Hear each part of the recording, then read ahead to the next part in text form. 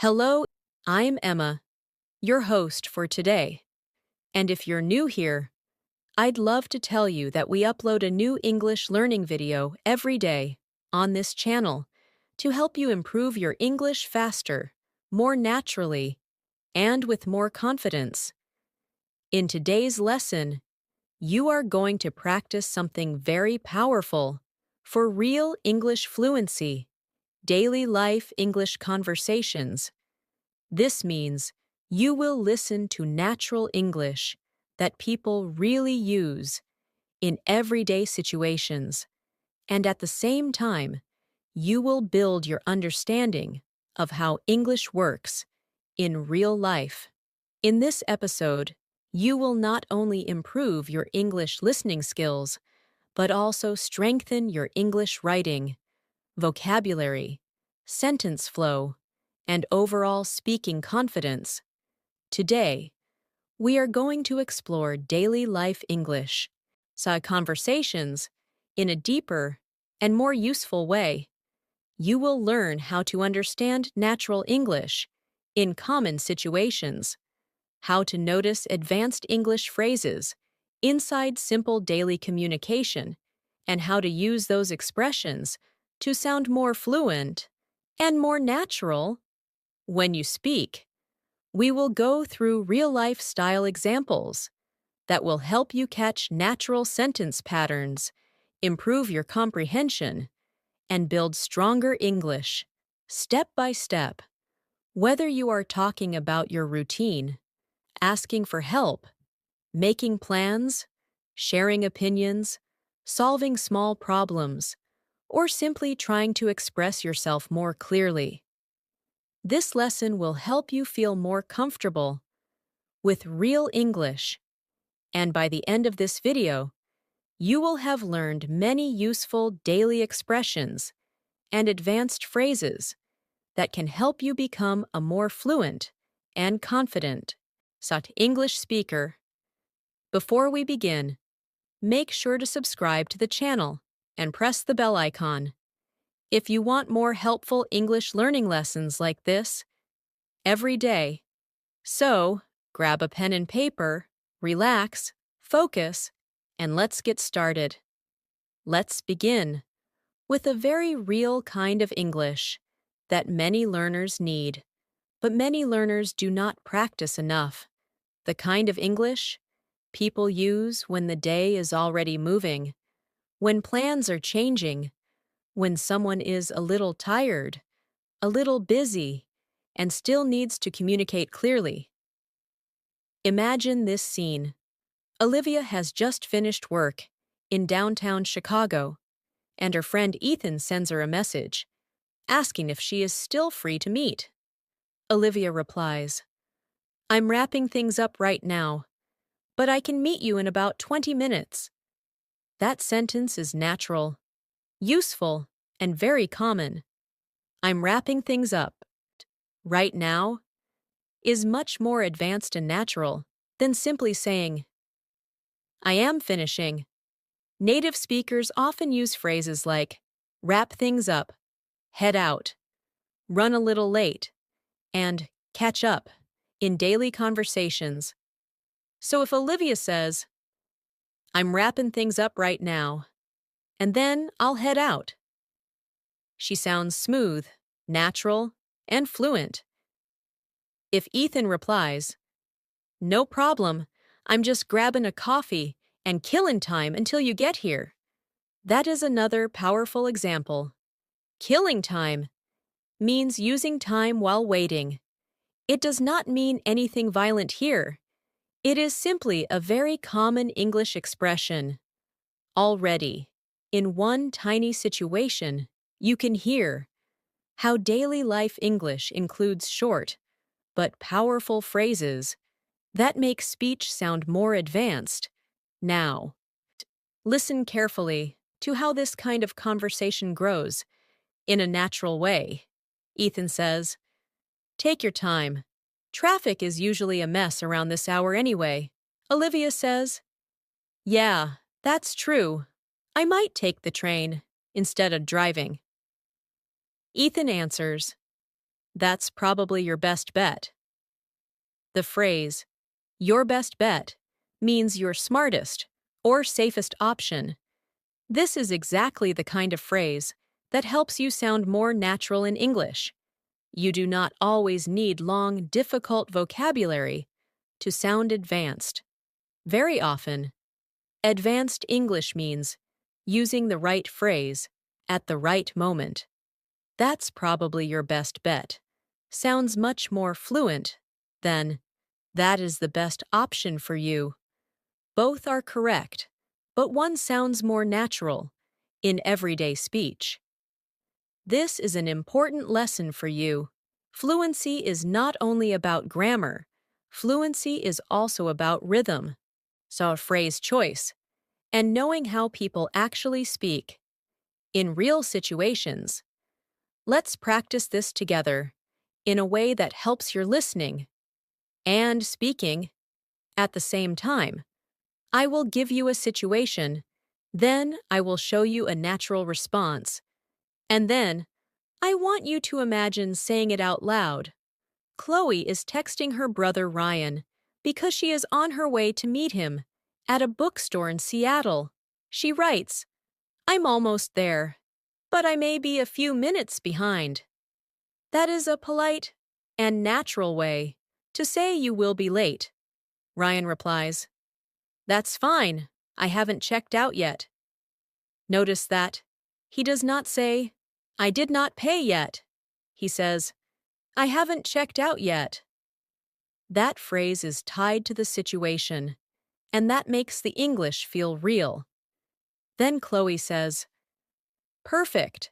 I was worried I'd keep you waiting. Ryan replies, Don't worry about it.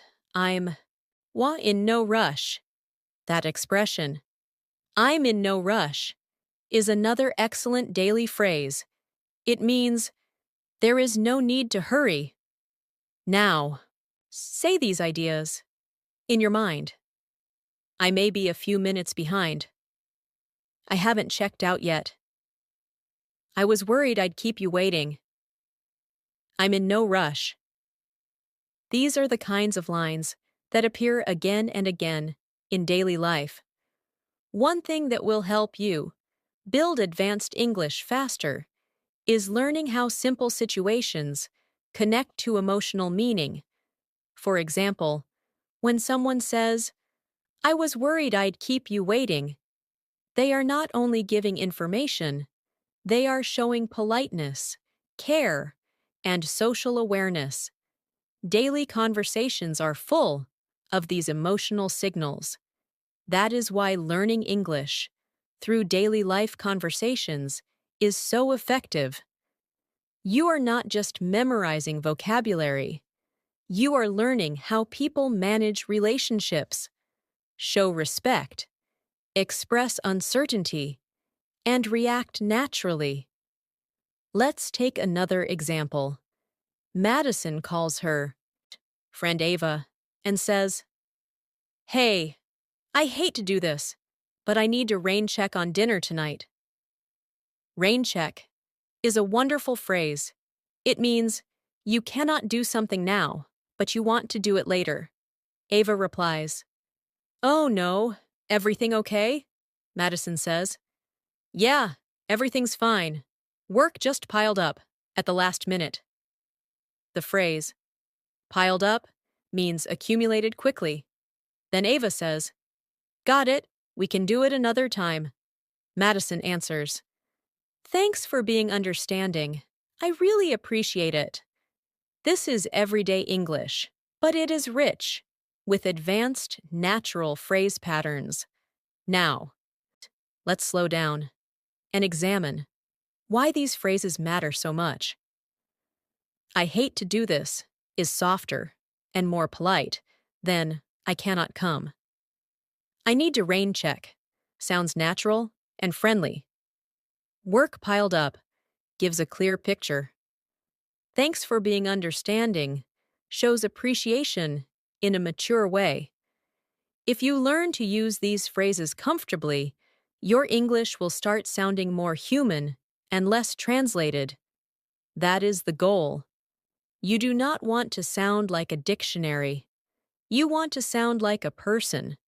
So here is a short speaking exercise, in paragraph form, for you. Imagine you had plans with a friend in Los Angeles, but now, you need to cancel because something unexpected happened. You could say, "Hey, I hate to do this, but I need to rain check on tonight. Something came up at work, and I'm still trying to sort it out.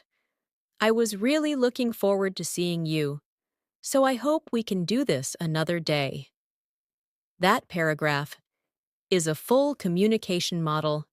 It explains, softens, and keeps the relationship warm. Read that kind of English, out loud, again and again, and you will build confidence, naturally. Let's move to another common part of daily life, casual conversation. Before doing something practical, Tyler and Hannah are standing in line at a grocery store in Denver. Tyler says, "This line is moving a lot slower than I expected."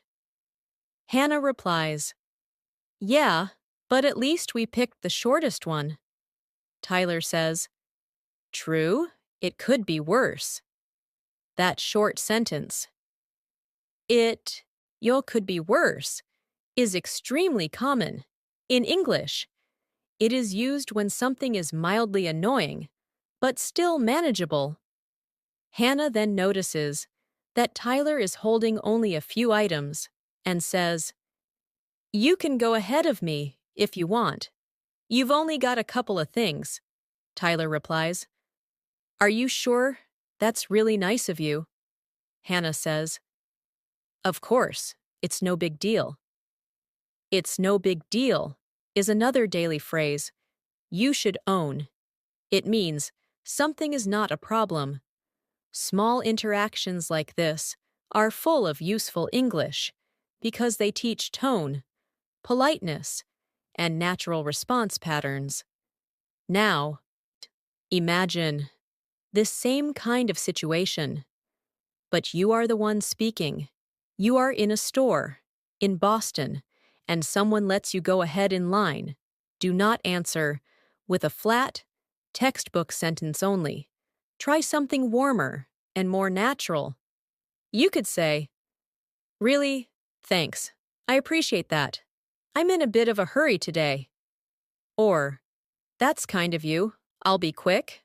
Or, if you want to refuse politely, "Thanks, but you're fine.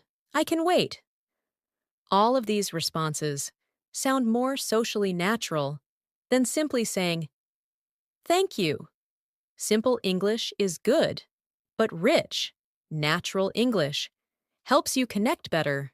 That is why we are not only studying words today, we are studying social fluency, how English moves between people in ordinary life. A very important area of daily conversation is making small adjustments when plans are not exact. Real life is rarely hand perfect. People arrive late, forget things, change locations, or need more time. So you need English that can handle that smoothly. Imagine Emma is meeting her friend Lauren near a movie theater in Austin. Lauren texts, "I'm here, but I think I'm on the wrong side of the building."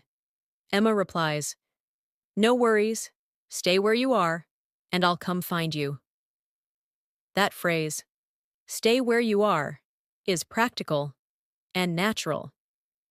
Then Lauren says, "I'm standing near the side entrance, next to a taco place." Emma answers, "Okay, I know exactly where that is. Be there in a second." Be there in a second does not always mean exactly 1 second. It means very soon. Then when Emma arrives, Lauren says, "Sorry about that. I got turned around." That expression, "I got turned around," means I became confused about direction. This is a beautiful daily way phrase because it sounds so natural and common. If you say only, I was confused, that is correct. But I got turned around sounds more native. In that exact situation, let's build your practice with a longer example. Imagine you are meeting someone in San Diego, but you cannot find the entrance to the building. You call your friend and say, Hey, I'm here, but I think I came in on the wrong side. I'm near a parking garage, and I'm not seeing the main entrance anywhere. I may have gotten turned around. Can you tell me where you are? Or should I just stay put? That is excellent. Daily life English. It is descriptive, calm, and realistic. Now, so imagine the reply. Yeah, stay put. I know where that is. I'm heading your way now. You're actually closer than you think. That line, you're actually closer than you think, is very natural and encouraging. Read this whole exchange, slowly, then again, with confidence. This is how you train your ear and your speaking at the same time. Another powerful area of advanced daily English is soft opinion language. In real conversations, people do not always speak in absolute ways. They soften their opinions to sound thoughtful, polite, or open-minded. For example, Megan and Caleb are deciding where to eat in Portland. Megan says, I'm kind of in the mood for something light. Notice the phrase, kind of in the mood for. That is very useful. Caleb says, I was thinking the same thing, actually. Megan continues, there's a place, Sasha around the corner, that has really good salads and sandwiches. Caleb says, that sounds good to me. I'm not too picky. Then Megan adds, the only downside is that it gets pretty crowded around this time. Caleb replies, that's okay, as long as the food is worth it. I'm in. In that short exchange, you hear soft opinion, agreement, a mild concern, and a flexible response. This is exactly how many daily conversations work. Here's what I want you to notice. I'm kind of in the mood for something light. Sounds softer than, I want light food. I was thinking the same thing. Creates connection. The only downside is, introduces a concern in a smooth way. As long as the food is worth it, I'm in. Shows easygoing agreement. These patterns make your English feel more advanced because they reflect real communication, not just grammar exercises. So now, let's turn this into a practice paragraph. Imagine your friend asks, what you want for dinner, and you want to sound natural and fluent. You could say, I'm kind of in the mood for something simple tonight. I don't want anything too heavy, and I'd rather go somewhere quiet, if possible. There's a place downtown that I've been meaning to try, but I've heard it gets crowded after 7. Still, if the food is good, I'd say it's worth a shot. That is strong, natural, everyday English with advanced phrasing. I've been meaning to try is another useful expression. It means you have wanted to do something for some time. Let's continue with one more daily situation that learners often need: checking on someone, following up, and staying connected. Daily conversations are not always about requests or plans. Sometimes they are about care and attention. Sophie texts Daniel and says, Hey, just checking in. How did your interview go? Daniel replies, Honestly, I think it went pretty well. I was nervous at first, But once we got into the conversation, I felt more at ease. That phrase, more at ease, means more comfortable. Sophie says, "That's great to hear. I had a feeling you'd do well." Daniel answers, "I hope so. It's hard to tell sometimes, but at least I know. I gave it my best shot." I gave it my best shot is a beautiful daily expression. It means, I did my best. Sophie then replies, "That's all you can do. Now, try not to overthink it." Try not to overthink it is another very natural line. This is daily English, at its best, supportive, real, and emotionally intelligent. Now, practice a similar style with your own voice. Imagine a friend in Nashville had a big presentation today, and you want to check on them afterward. You might say, "Hey, just wanted to check in and see how your presentation went. I know you were preparing for it all week, so I've been thinking about you. I hope it went smoothly, but even if it felt a little stressful, I'm sure you handled it well." That paragraph sounds caring and natural. If your friend replies, "It went better than I expected. Honestly, I stumbled a little in the beginning, but then I found my rhythm." That gives you even more useful English. "I stumbled a little in the beginning," and "I found my rhythm" are both excellent phrases for real conversation. As you keep listening to these situations, you should begin to notice a very important truth. Advanced to English is not separate from daily English. Advanced English grows inside daily English when you start choosing better phrases, softer transitions, more natural responses, and more expressive sentence patterns. You do not need to speak in a complicated way all the time. You need to speak in a natural way with control, awareness, and flexibility. That is how fluency develops. So keep listening carefully, keep repeating the natural phrases, and keep imagining yourself inside these real-life situations. That is where your English becomes stronger, clearer, and more alive. Let's keep building this skill by moving into another area where real English becomes more natural and more advanced, handling everyday problems without sounding awkward, too direct, or too simple. This is one of the biggest differences between basics, English, and fluent English. Fluent speakers know how to explain small problems calmly, clearly, and naturally. Imagine this scene in Philadelphia. Grace is at a cafe, waiting for her order, and after several minutes, she notices that people who ordered after her have already been served. She walks to the counter and says, "Hi, I just wanted to check on my order.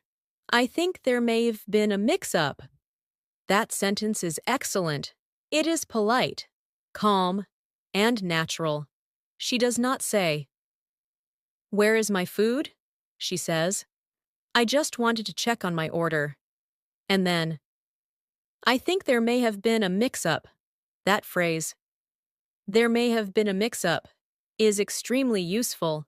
It lets you mention a problem without sounding aggressive. The employee replies, "Oh, let me take a look.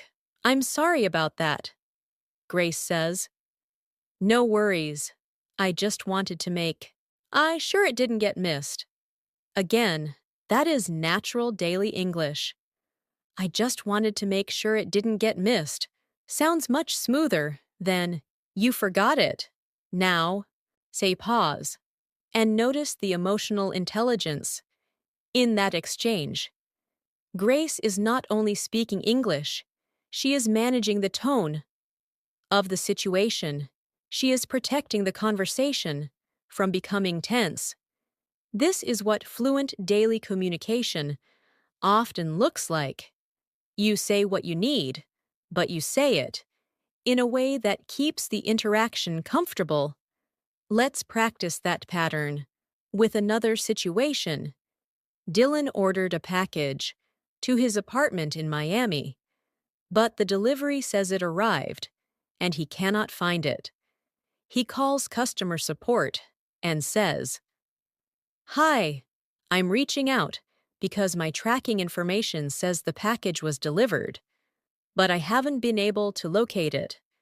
That is much more natural than saying, "My package is missing."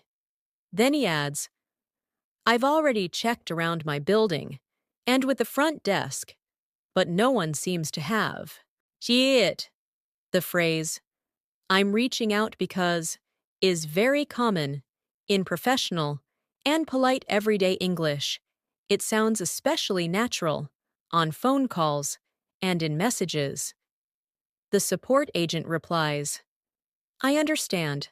Let me pull up the details and see what I can find." Dylan says, "I'd appreciate that."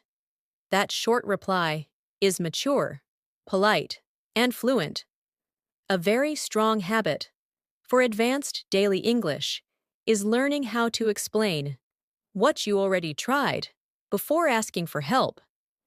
This makes your speech clearer and more organized. For example, if something is not working, do not stop at "it doesn't work." Add more detail in a natural way. Imagine Lily is in a parking garage in Atlanta, and the payment machine is not responding.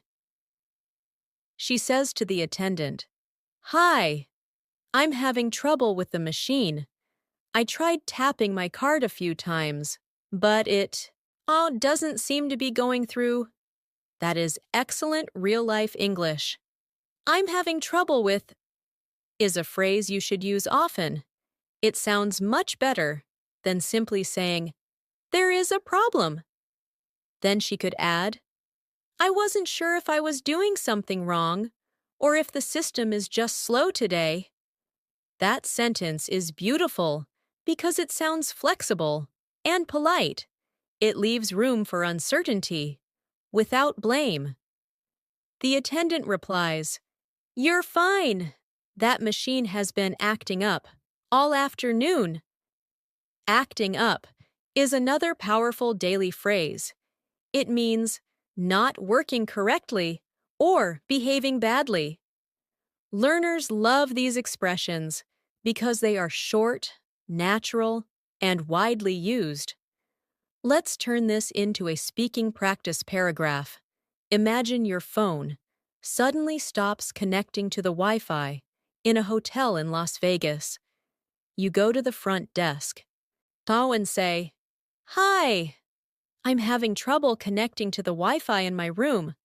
I've already tried restarting my phone and reconnecting to the network, but it still isn't working. I wasn't sure if the issue was on my end or if there's something going on with the service today." That paragraph is exactly the kind of English that helps you in real life. It is descriptive, polite, and efficient. And now, why imagine the reply. "Thanks for letting us know. We've had a few guests mention the same thing, so it may be a temporary issue. We're looking into it right now." Notice how calm and professional that sounds. The more you practice these paragraph-style exchanges, the more confident you will become when life is not going perfectly. Another important part of daily life English is making conversation when you run into someone unexpectedly. These little surprise moments happen all the time, and they are great for building fluency because they often begin casually and then move into deeper conversation. Imagine Noah is walking through a bookstore in Minneapolis when he suddenly sees his old friend Claire. He says, Wow, I haven't seen you in forever. That phrase, in forever, is very common. Claire smiles and says, I know. It's been ages. Noah replies, What have you been up to? That is one of the most common conversation openers in English, Claire says. Honestly, just trying to stay busy. Work has been keeping me on my toes lately. Keeping me on my toes means forcing me to stay alert and active. Noah answers, I can relate. Things have been nonstop, on my end too. On my end is another useful expression. It means in my situation or from my side of life. Then Claire says, We should catch up properly sometime. Noah replies, Definitely. Let's not leave it this long again. That whole exchange is very realistic and full of phrases that native speakers use all the time. Now, imagine yourself in that situation. You unexpectedly meet someone you have not seen for a long time in Dallas. Try this paragraph out loud. Hey, wow, I haven't seen you in forever. How have you been? I feel like life has been moving so fast lately. What have you been up to these days? We should really catch up sometime, when things slow down a little. This is natural, warm, and easy to remember. Notice how the English is not complicated, but the phrase choices make it sound fluent. Life has been moving so fast lately sounds human. When things slow down a little is a natural way to say when life becomes less busy. These are the pieces of English that make you sound relaxed and real. Let's go deeper into the language of everyday opinions and reactions, because daily conversations are full of small judgments, preferences, and responses. Imagine Scarlett and Mason are leaving a crowded event in Phoenix. Scarlett says, That was better than I expected. Mason replies, Yeah, same here.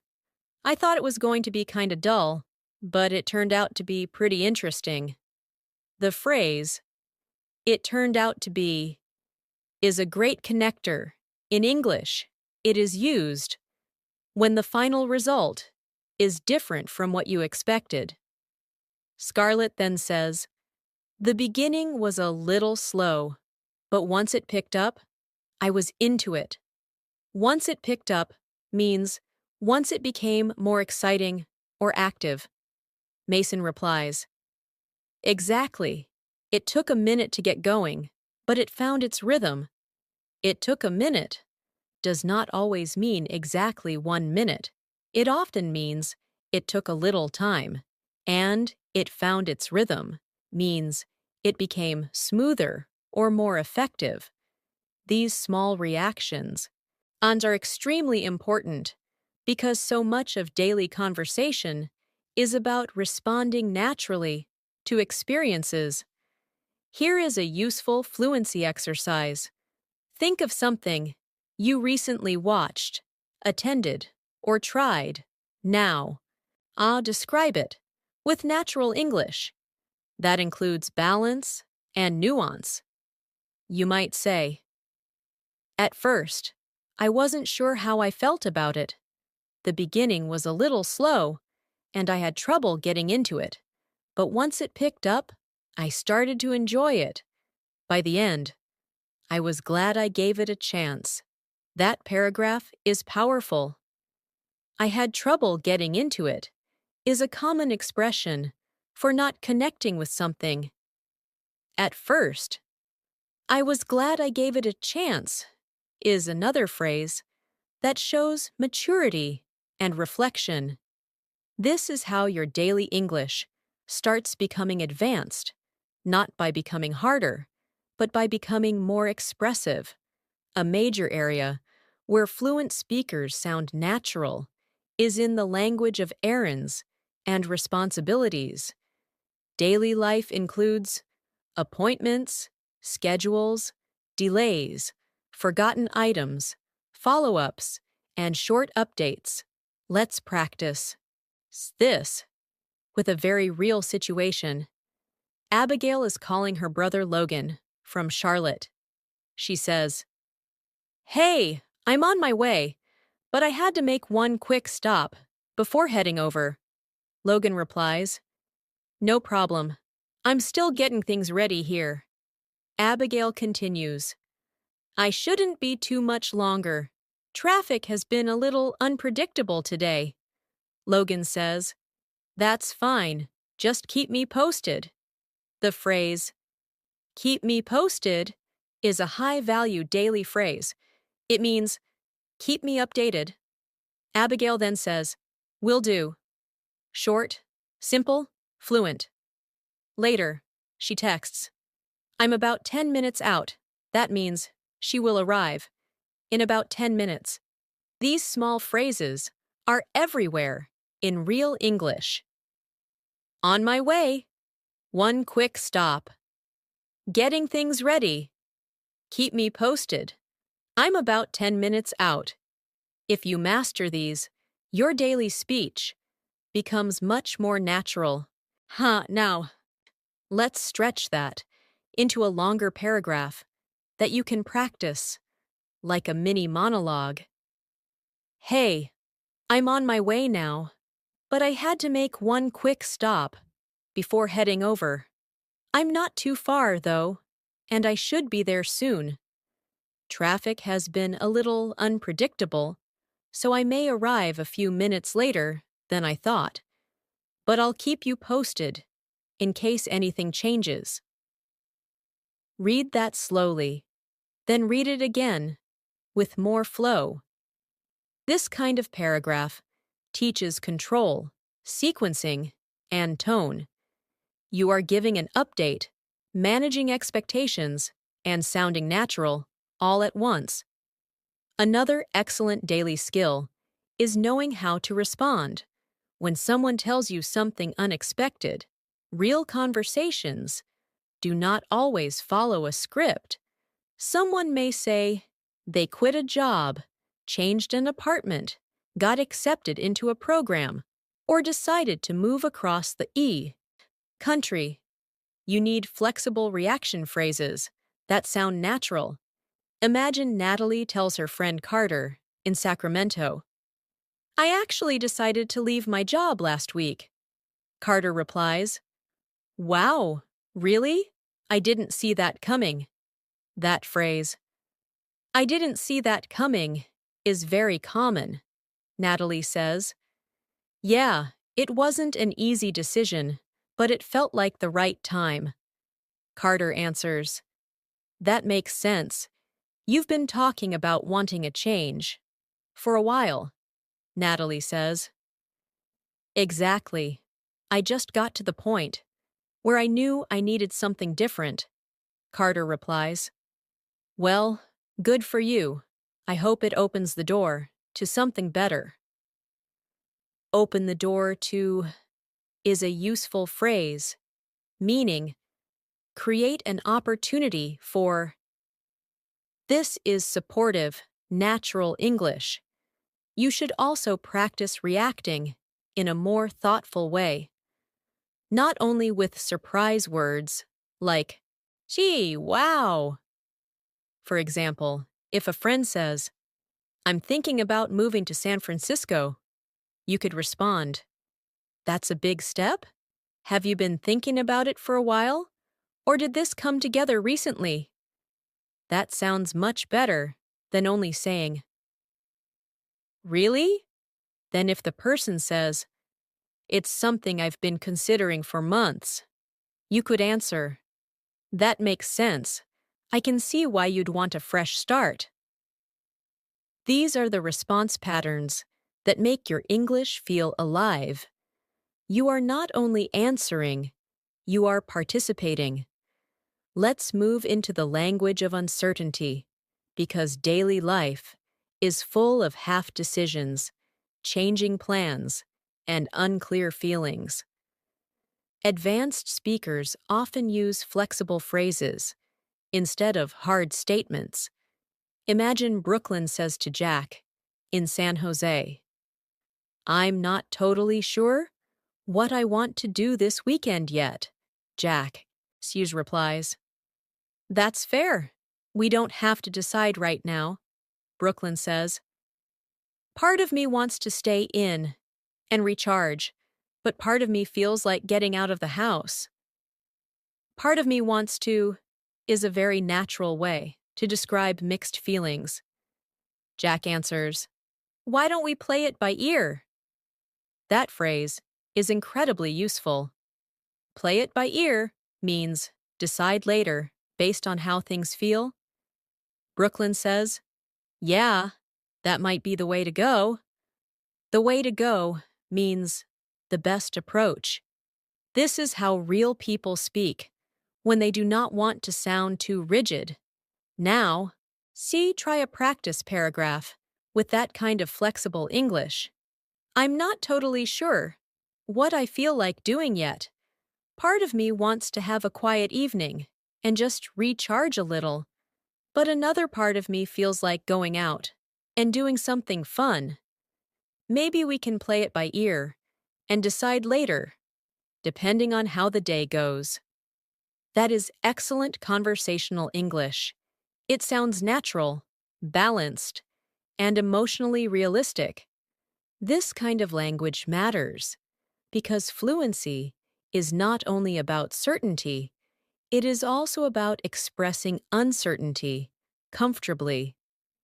One more very important part of daily conversation is a language of encouragement. If you want to connect with people well in English, you need phrases that support, reassure, and motivate. Imagine Audrey is nervous before a driving test in Orlando. Her friend Blake says, "You've prepared for this. Just take a deep breath and trust yourself." Audrey says, "I know, I'm probably just overthinking it." Blake replies, "That's normal, but don't let your nerves get the best of you." Get the best of you means overpower you or affect you too strongly. Audrey says, "I'll try."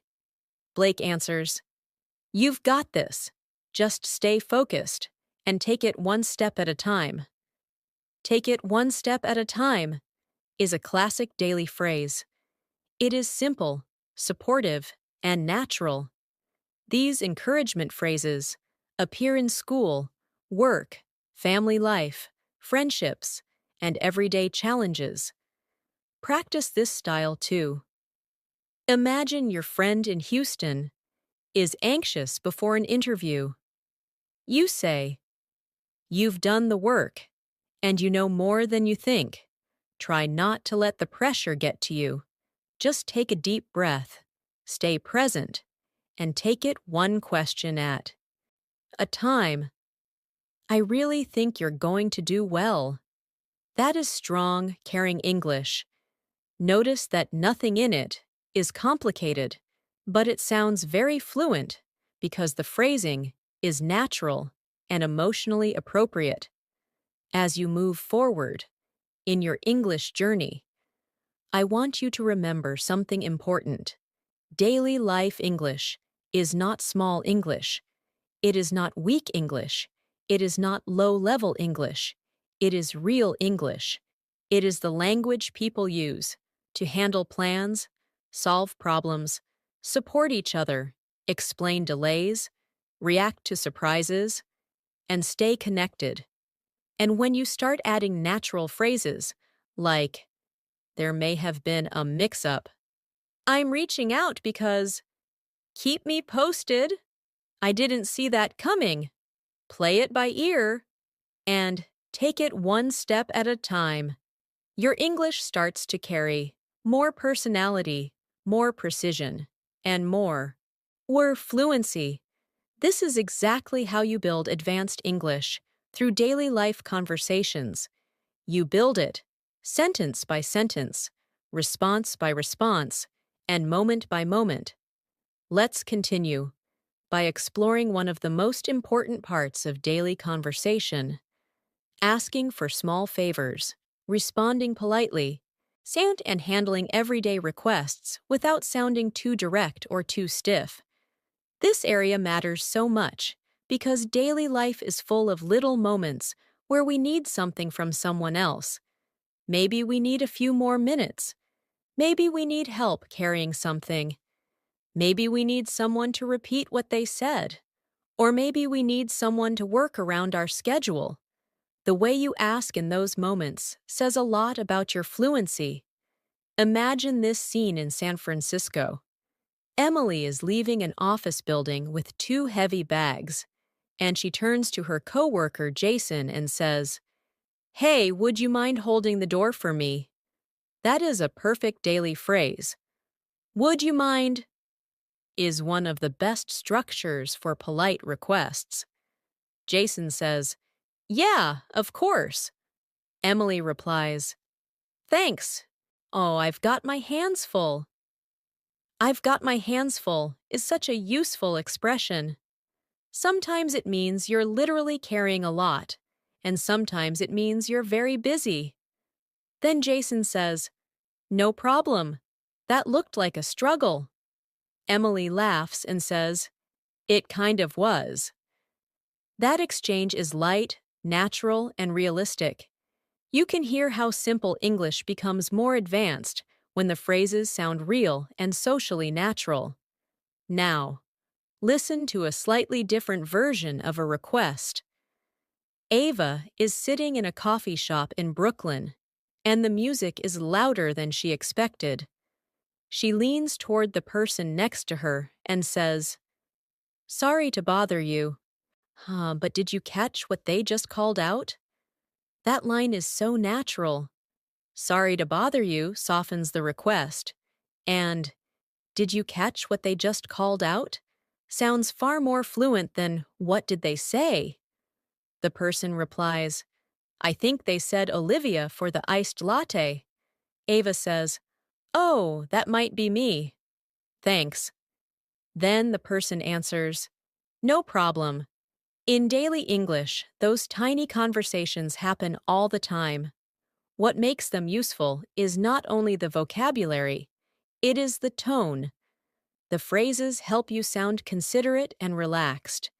If you can speak like that, people will find your English easy to understand and pleasant to respond to. A great way to sound more advanced is to learn how to ask for help while showing awareness of the other person's time or effort. For example, instead of saying only, "Help me with this," you can say, "Shui, could you give me a hand with this when you have a second?" That is excellent everyday English. "Give me a hand" means "help me." "When you have a second" does not literally mean 1 second. It means when you have a little time. Imagine Lauren is trying to lift a small table in her apartment in Denver, and she says to her roommate Tyler, "Could you give me a hand with this when you have a second?" Tyler replies, "Yeah, let me just finish this text." Lauren says, "Sure, no rush." Then Tyler comes over and says, "Where do you want it?" Lauren answers, "Right by the window should be fine." This kind of language is calm, practical, and full of fluency markers. "Should be fine" is another phrase you should notice. It sounds softer and more natural than "put it there." Now, see, let's practice this idea with a full paragraph you can repeat out loud. Imagine you are at home in Portland, and you need a friend to help you move a chair and a shelf. You could say, "Hey, when you get a minute, could you give me a hand with something? I'm trying to move this shelf over to the other side of the room, and I can't quite do it on my own. It shouldn't take long, but I could definitely use the help." That is strong daily English. It is polite, clear, and natural. If the other person replies, "Yeah, absolutely. Let me finish what I'm doing," and I'll be right there. That gives you another realistic model. You can learn so much just from these simple request and response patterns because they are used everywhere in real life. Another daily skill that makes a big difference in fluency is knowing how to ask someone to repeat or explain something without breaking the flow of the conversation. This is important because even advanced learners do not catch every word every time. Fluent communication is not about understanding everything perfectly. It is about knowing how to recover naturally when you miss something.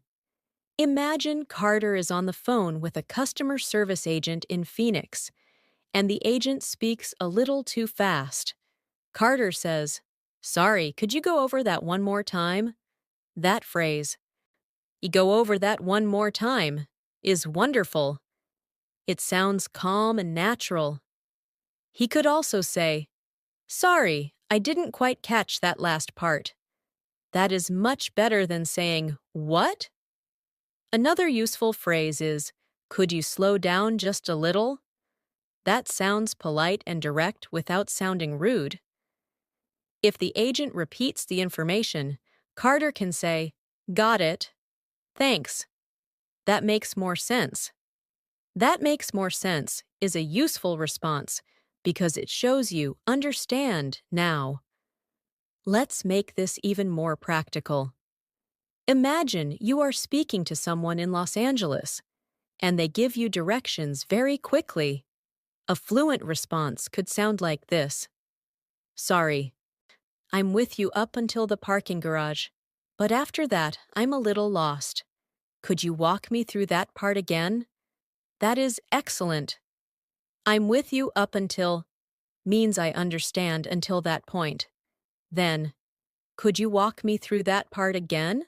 means explain it step by step. If the person explains again, you could respond, "Okay, now, I see what you mean." Or you could say, "All right, that clears it up." That clears it up means now it is clear. These are the small adjustments that help conversations stay comfortable even when you miss information. Let's move into the language of daily misunderstandings, because these are incredibly common and very useful for fluency. Sometimes you misunderstood a plan. Sometimes you thought someone meant one thing, but they meant something else. In those moments, natural English can help you correct the situation without stress. Imagine Megan and Owen are texting about meeting in downtown Nashville. Megan arrives at one cafe, but Owen is somewhere else. Megan texts, "Hey, I'm here, but I'm not seeing you." Owen replies, "Wait, which location did you go to?" Megan says, "The one on Fifth Avenue." Owen responds, "Oh, I think we got our wires crossed. I meant the one near the river." "We got our wires crossed" is a fantastic phrase. It means there was a misunderstanding. Megan says, "Ah, got it." That explains it. Owen replies, "Sorry about that. I should have been more specific." That line is natural and mature. Megan says, "No worries. I can head over there now." Notice how nobody sounds angry. Everybody is simply solving the problem through good communication. Now, so say this kind of English with your own voice. Imagine you went to the wrong movie theater in Tampa because of a misunderstanding. You call your friend and say, "Hey, I think we may have gotten our wires crossed. I came to the theater near downtown, but I'm starting to think you meant the one out by the mall." That would explain why I'm not seeing you anywhere.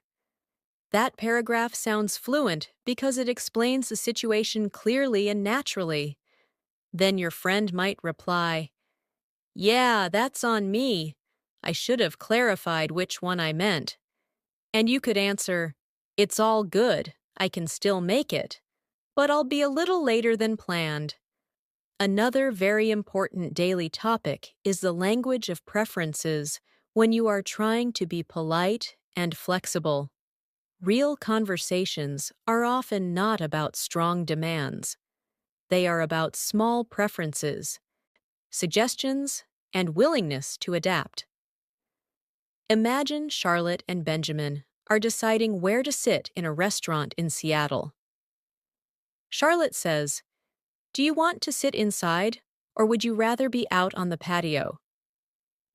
Benjamin replies, "Either one works for me, but I'd lean toward sitting outside if it's not too chilly." "I'd lean toward" is a great advanced phrase. Charlotte says, "Yeah, I was thinking the same thing." Benjamin adds, "As long as it's not too windy, I'm good with that." There it is again. As long as is one of the most useful structures in daily English. Charlotte replies, "Let's give it a try. We can always move if we need to." Now, let's stretch that into a practice paragraph. Either option works for me. Honestly, but I'd probably lean towards somewhere quieter if possible. I don't mind a busy place, but if we're planning to talk for a while, I think it would be easier if we went somewhere a little less crowded. That said, I'm flexible, so whatever makes the most sense is fine with me. That is beautiful daily English. It is balanced, natural, and mature. Let's continue with another kind of real-life conversation. Stopping by someone's place, arriving, and easing into social interaction naturally. Imagine Hannah is visiting her friend Blake in Austin for the first time in a few months. She knocks on the door, and Blake opens it with a smile. Hannah says, "Hey, it's been a while." Blake replies, "I know, come on in." Hannah steps inside and says, "Thanks, I hope I'm not too early." Blake answers, "Not at all. You're right on time." Hannah then says, "Good. I wasn't sure how traffic was going to be." Blake replies, "You actually made great time." Then Hannah looks around and says, "This place looks really nice.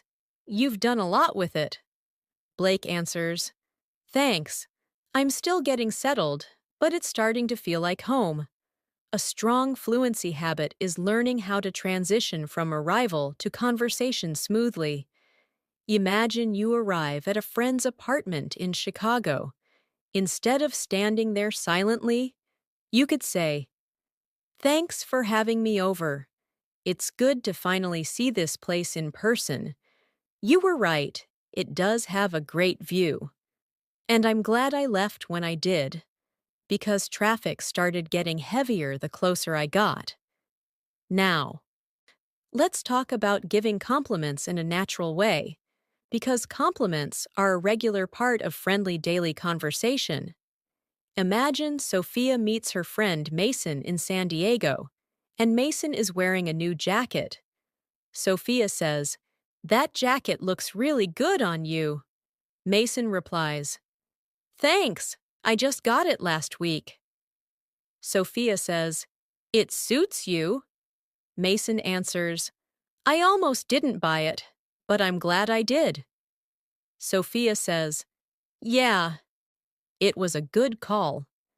These kinds of compliments sound natural because they are simple and specific. Here is a practice paragraph. "This looks so good. You really did a great job with it. I like how everything feels open and comfortable without looking too crowded. It all comes together really nicely." Another area where daily English becomes advanced is in the language of mild discomfort or low energy.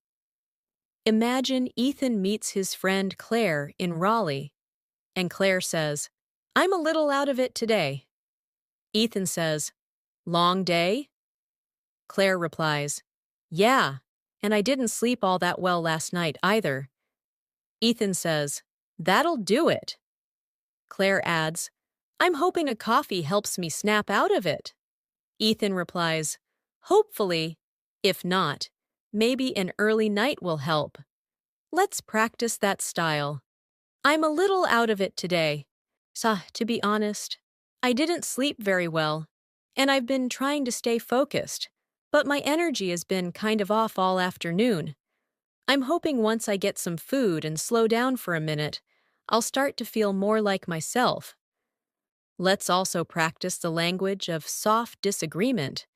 Imagine Lily and Connor are deciding whether to leave early for a concert in Minneapolis. Connor says, I feel like we should leave now, just to be safe. Lily replies, I see what you mean, but I think if we leave right this second, we'll just end up waiting around forever. Connor says, maybe, but traffic could get bad fast. Lily answers, that's true. How about we split the difference and leave in 15? Here is a practice paragraph.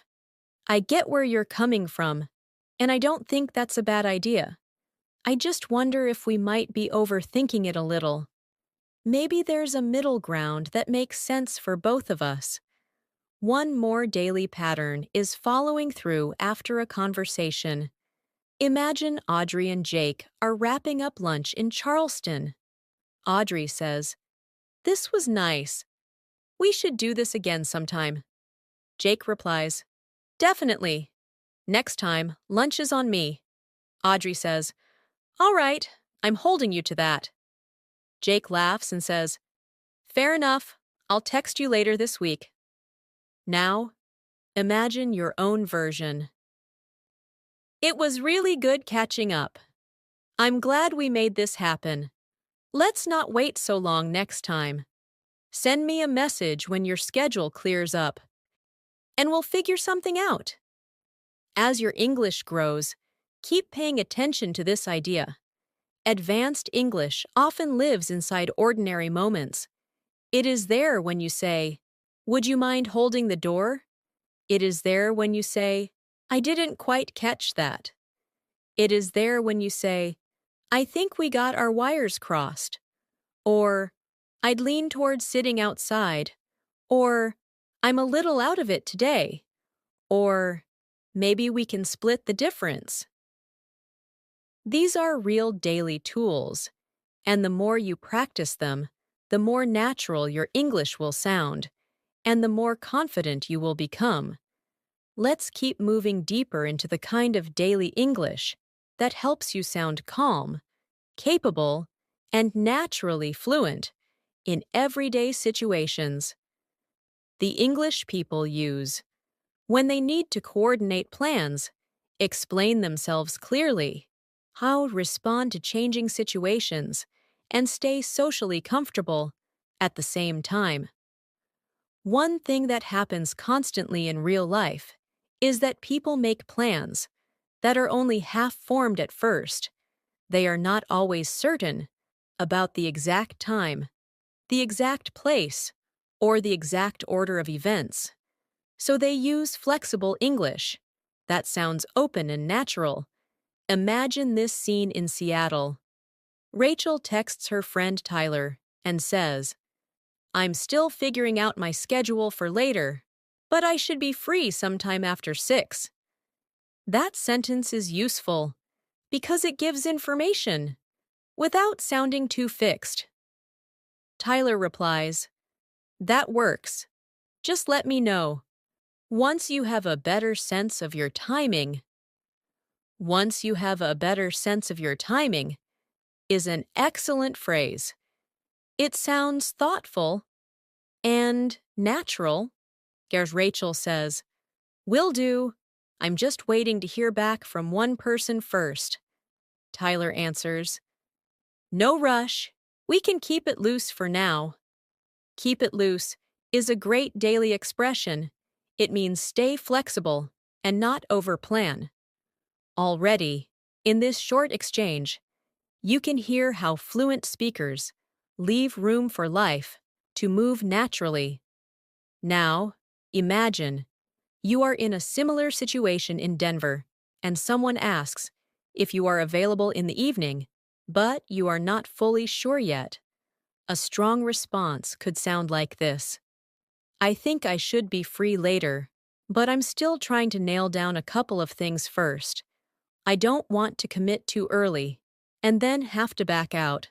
So let me check on one thing, and I'll get back to you. That paragraph is filled with useful daily English. Nail down means confirm exactly. I don't want to commit too early is very natural. Back out means cancel something you agreed to. And I'll get back to you is one of the most valuable daily expressions in English. It means I will contact you later with an answer. These are the kinds of phrases that make your English sound more advanced because they show social awareness and natural timing. Another huge part of daily life English is handling the small follow-up messages that keep relationships smooth. People often check whether plans are still on, whether someone is still coming, or whether a detail has changed. Imagine Abigail texts Mason in Boston and says, "Hey, just checking that we're still good for tonight." That phrase, "we're still good for tonight," is very common. Mason replies, "Yeah, definitely. Nothing's changed on my end." "Nothing's changed on my end" is a very natural way to confirm your situation. Abigail says, "Perfect. I just wanted to make sure before I headed out." Mason answers, "Glad you checked. I should be there a little early, actually." That exchange is realistic because people do this all the time. They confirm, update, and make sure everybody is on the same page. And that phrase, "on the same page," is another excellent daily expression. It means having the same understanding. Let's turn that into a speaking exercise. Imagine you are meeting a friend in Nashville, but before leaving your apartment, you want to confirm the plan. In a natural way, you could say, "Hey, just wanted to make sure we're still on for later. I'm about to head out soon, so I figured I'd check before I left. If anything shifted on your end, no worries, just let me know." That is very fluent daily English. It is practical, warm, and considerate. Notice the phrase, "if anything shifted on your end." That sounds more natural than, "if something changed." These are the details that help your speech sound more alive. A very useful area of daily conversation is the language of small apologies when something minor goes wrong. Fluent speakers apologize in ways that match the size of the problem. They do not always use dramatic language. Sometimes, they simply smooth the moment over with a natural phrase. Imagine Chloe arrives a little late to meet her friend Ethan in Austin. She says, "Sorry, that took longer than I expected." Ethan replies, "You're fine. I just got here myself." Chloe says, "Okay, good. I was worried I'd kept you waiting." Ethan answers, "Not at all. That is all simple, but very natural. Now, imagine a slightly different situation in Chicago. James forgot to bring something he promised. He says, "Ah, that's my fault. It completely slipped my mind." "It slipped my mind" is a fantastic phrase. It means, "I forgot." The other person, Lauren, replies, "No worries. We could deal with it later." James says, "I'll bring it next time, for sure." This is exactly how people handle little mistakes in daily English, directly, but lightly. Now, practice your own version. "Sorry, I meant to send that earlier, but it completely slipped my mind. So the afternoon got away from me, and by the time I remembered, it was already later than I realized." That paragraph sounds very natural. The afternoon got away from me is another useful phrase. It means time passed faster than expected, often because you were busy. This type of English is perfect for texts, calls, or in-person conversation. It makes you sound fluent because it matches how people really explain small delays and forgetfulness.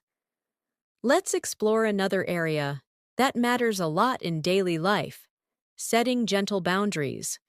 This is important because fluent communication is not only about saying yes, it is also about saying no, or not now, in a respectful and natural way. Imagine Madison is invited to something in Los Angeles, but she feels tired and needs a quiet evening. Her friend Noah says, "A few of us are heading out later, if you want to come." Madison replies, "That sounds fun, but I think I'm going to sit this one out." Sit this one out is a very natural phrase. It means choose not to join, this time. Noah says, "No problem, maybe next time." Madison answers, "Yeah, I've just had a long week, and I'm trying not to run myself into the ground." Run myself into the ground means exhaust myself completely.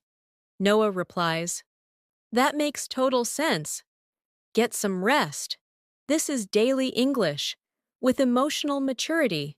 Madison is honest, but she is also warm and socially smooth.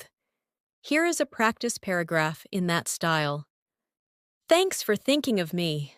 I'd love to see everyone, but I think I'm going to sit this one out tonight. So it's been a long week, and I'm feeling a little drained, so I'm trying to listen to my body and take it easy when I can." That sounds very natural. Notice, I'm feeling a little drained. Listen to my body and take it easy. These phrases are very common in modern daily English. They allow you to express a boundary without sounding cold. Fluency includes this skill too, knowing how to protect your time and energy with natural language. Another valuable part of real daily English is knowing how to react when someone shares good news. If all you ever say is good or nice, your English may sound flat, even if your grammar is correct. Fluent speakers have a range of positive reactions that sound more engaged. Imagine Emma's friend Caleb in Portland says, "I finally found an apartment." Emma replies, "No way, that's awesome." Caleb says, "Yeah, I signed the paperwork this morning." Emma answers, "That's such a relief, I'm sure." Caleb says, "It really is. I'd been stressing about it for weeks." Emma responds, "I can imagine. I'm so glad it worked out." "I'm so glad it worked out" is a great phrase. It shows warmth and support. Or imagine Ava says, "I got the job." Her friend Blake replies, "That's incredible. I knew you had a strong shot." "You had a strong shot" means you had a good chance. These reactions help daily conversations feel fuller and more human. Now, practice a response paragraph like this. "That's amazing news. I know how much time and energy you put into that, so it must feel good to finally see it pay off. Honestly, I'm really happy for you." That is excellent real-life English. See it pay off means receive positive results from your effort. You can use that phrase in work, study, health, projects, and many other contexts. Again, advanced English is hiding inside ordinary moments. That is how daily conversation turns into real fluency, little by little, phrase by phrase, and one natural interaction at a time. Now, let's move into another deeply useful part of daily English: the kind of language people use when they are moving through normal responsibilities, talking about what needs to get done, explaining what happened during the day, and staying connected with others while life keeps moving. This is where a lot of learners start sounding more fluent because daily conversation is not always dramatic. Very often, it is about simple updates, small reactions, practical decisions, and natural follow-up. Imagine this scene in Chicago.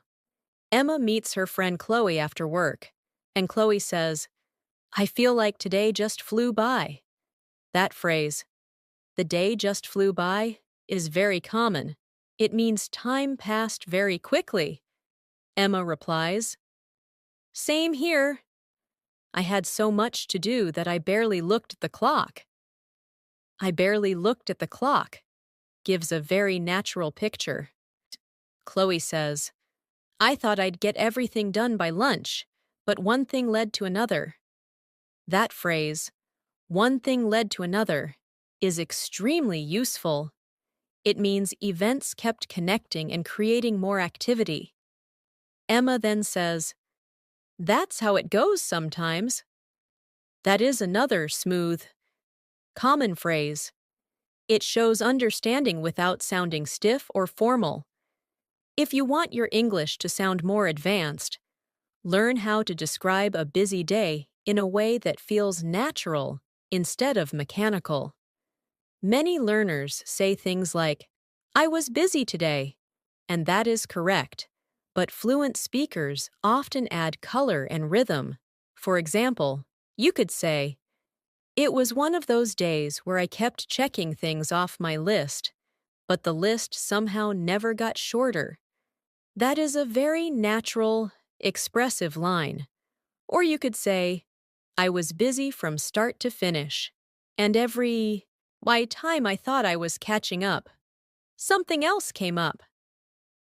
Catching up and something else came up are daily life expressions that appear again and again in real English. Imagine Olivia says to Ryan in Boston, "I finally sat down for a second around 3, and that was the first time all day I felt like I could breathe." Ryan replies, "Wow, that sounds intense." Olivia says, "Yeah, but at least I got through it." "I got through it" is simple, but very natural. These short expressions help your English sound grounded and real. Let's turn that into a practice paragraph that you can imagine saying after a long day. "Today felt a lot busier than I expected.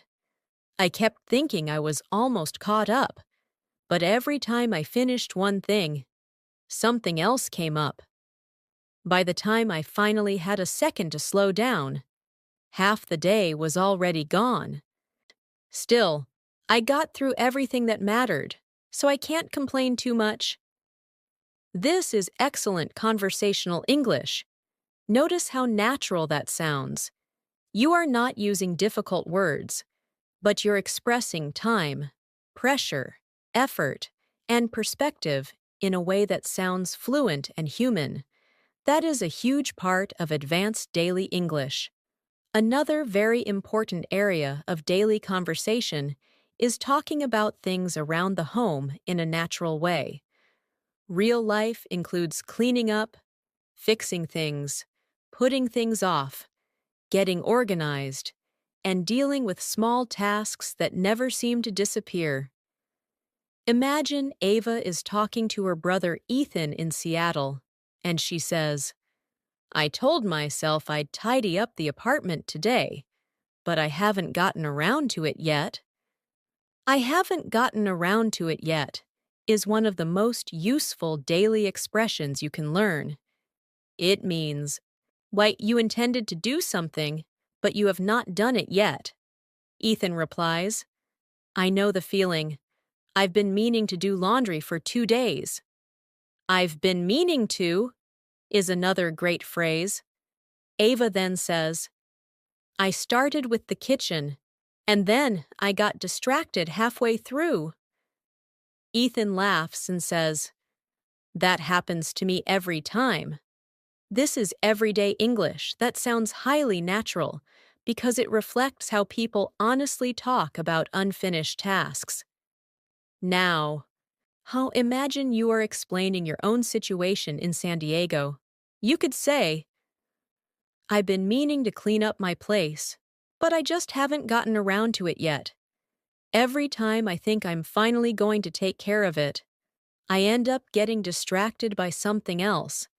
At this point, I'm just hoping I can make some progress before the weekend is over. That paragraph sounds strong and real. Make some progress is a very common phrase. It sounds more natural than saying only do it. You are giving your thoughts shape. You are speaking like a real person dealing with a normal day. That is exactly what builds fluency. Let's continue with the language of food, meals, and quick daily decisions. Because people talk about these things constantly. Imagine Madison and Tyler are walking through downtown Austin, deciding whether to stop somewhere to and eat. Madison says, I'm getting kind of hungry, but I don't want anything too heavy. Tyler replies, Yeah, same. I could go for something quick, though. I could go for is a fantastic everyday phrase.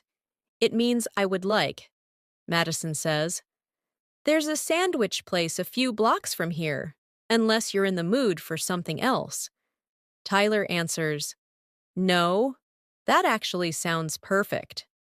Then Madison says, Good, because I'm at the point where I need food before I get grumpy. I'm at the point where is another very useful structure. Tyler laughs and says, Fair enough, let's not push it. This exchange is full of daily phrases that native speakers use naturally all the time. Practice this kind of English out loud. I'm starting to get hungry, but I'm not really in the mood for a huge meal. I could go for something simple, maybe a sandwich or a salad, just enough to hold me over for a while. If we find a place nearby, that would probably be ideal. That is clear, natural, and fluent. Hold me over is another wonderful phrase. It means keep me satisfied until later.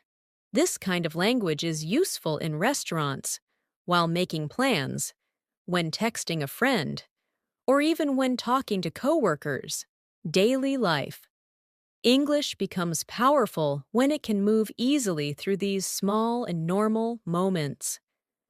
Another area that makes a huge difference in fluency is knowing how to react naturally when something is inconvenient, but not a disaster. Real life is full of mild inconvenience. A line is longer than expected. The bus is delayed. A store is out of what you wanted. A call takes longer than planned. Fluent speakers have many ways to respond without sounding too negative. Imagine Noah is at a grocery store in Denver looking for a certain item, but the shelf is empty. He says, Looks like they're out again. His friend Sophie replies, Yeah, I've noticed that too. It seems like every time I come here, they never have it. Noah says, I guess I'll have to make do with something else. Make do with is a highly useful phrase. It means manage with a less ideal option. Sophie says, That's probably your best bet. Then Noah shrugs and says, It's not the end of the world. That phrase is very common when something is annoying, but not serious. If you use language like this, you start sounding much more comfortable in English. Try your own practice paragraph with that tone. They didn't have exactly what I was looking for, so I just had to make do with something similar.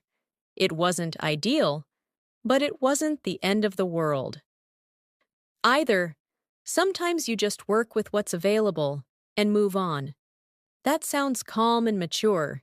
It shows you know how to keep perspective, and that is something fluent speakers do very well. English fluency is not only about vocabulary, it is also about attitude and tone. Let's go deeper into the language of invitations and low-pressure social plans, because this is another huge part of daily life. Imagine Lauren texts Caleb in Portland and says, "A few of us might grab coffee later, if you feel like joining." Notice that? She does not say, "Come with us." She says, "If you feel like joining." That sounds softer and friendlier. Caleb replies, "That actually sounds nice. What time are you thinking?" Lauren says, "Nothing set in stone yet. Probably sometime around 5:30. "Nothing set in stone yet" is a fantastic phrase. It means, "Sot not completely decided." Caleb replies, "Okay, keep me in the loop." Keep me in the loop means continue giving me updates so I stay informed. Lauren says, "Will do." This is classic daily English, flexible, casual, friendly, and very natural. Now, imagine you are the one making a light invitation in Atlanta. You could say, "A couple of us are thinking about getting coffee later. If you feel like coming along, nothing's set in stone yet, but we'll probably head out sometime after work. No pressure either way. But you'd be more than welcome." That is excellent daily English. Come along. No pressure either way. And you'd be more than welcome all sound natural and socially smooth. This is the kind of English that helps you sound confident without sounding forceful. Another essential daily skill is knowing how to talk about your energy, focus, and mood in a natural way, especially when you are not feeling completely sharp. Imagine Grace sits down with her friend Mason in Philadelphia, and Mason says, "You seem a little off today. Everything okay?" Grace replies, "Yeah, I'm okay. I'm just having a hard time focusing." Having a hard time focusing is a great everyday phrase. Mason says, "One of those days?" Grace nods and says, "Exactly. My brain just feels scattered." "My brain feels scattered" is very natural. Mason replies, "Maybe you just need to reset for a minute." Reset here means pause and recover mentally. Grace says, "Yeah, I think that's part of it. I've been jumping from one thing to the next all day." That phrase, "jumping from one thing to the next," is a very real way to talk about a day that feels fragmented or chaotic. Here is a practice paragraph you can use in real life. "I'm okay. I just feel a little scattered today. I've been jumping from one thing to the next, and I haven't really had a chance to slow down and collect my thoughts. I think once I take a break and reset a little, I'll probably feel better." That sounds so much more natural than simply saying, "I am tired." You are describing your state in a richer, more fluent way. This is how daily English grows into advanced English, through small upgrades in phrase choice. Let's also work on the language of running late in a slightly more detailed and natural way.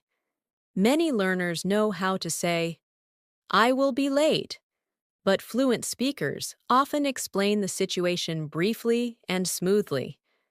Imagine Carter texts Olivia in Miami and says, "Hey, I'm running a little behind. I got held up at the office longer than I expected." "Got held up" is a great phrase. It means delayed. Olivia replies, "No worries, I'm still on my way too." Carter says, "Okay, good. I didn't want to leave you hanging." Leave you hanging means leave someone without information or support. Olivia answers, "You're fine. I appreciate the update." That exchange is short, but every phrase in it is useful. These are exactly the expressions that make daily communication feel natural and complete. Try this style in a longer paragraph. Hey, just wanted to let you know I'm running a little behind. I got held up longer than I expected. And now, so everything is moving a bit slower than I planned. I didn't want to leave you hanging, so I figured I'd send a quick update before I head out. That is fluent daily English. It sounds considerate and organized. You are not only giving information, you are showing awareness of the other person. That is a major sign of fluency. Another common daily situation is talking about chores, shared responsibilities, and little decisions at home. Imagine Hannah and Logan are roommates in Minneapolis.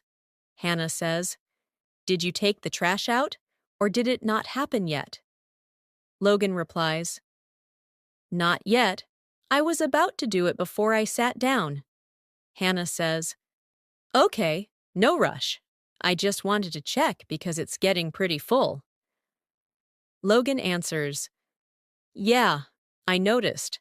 I'll take care of it in a minute." "I'll take care of it" is an extremely useful daily phrase. It means I will handle it. Hannah replies, "Thanks, I appreciate it." This kind of English matters because so much of daily conversation is about practical cooperation.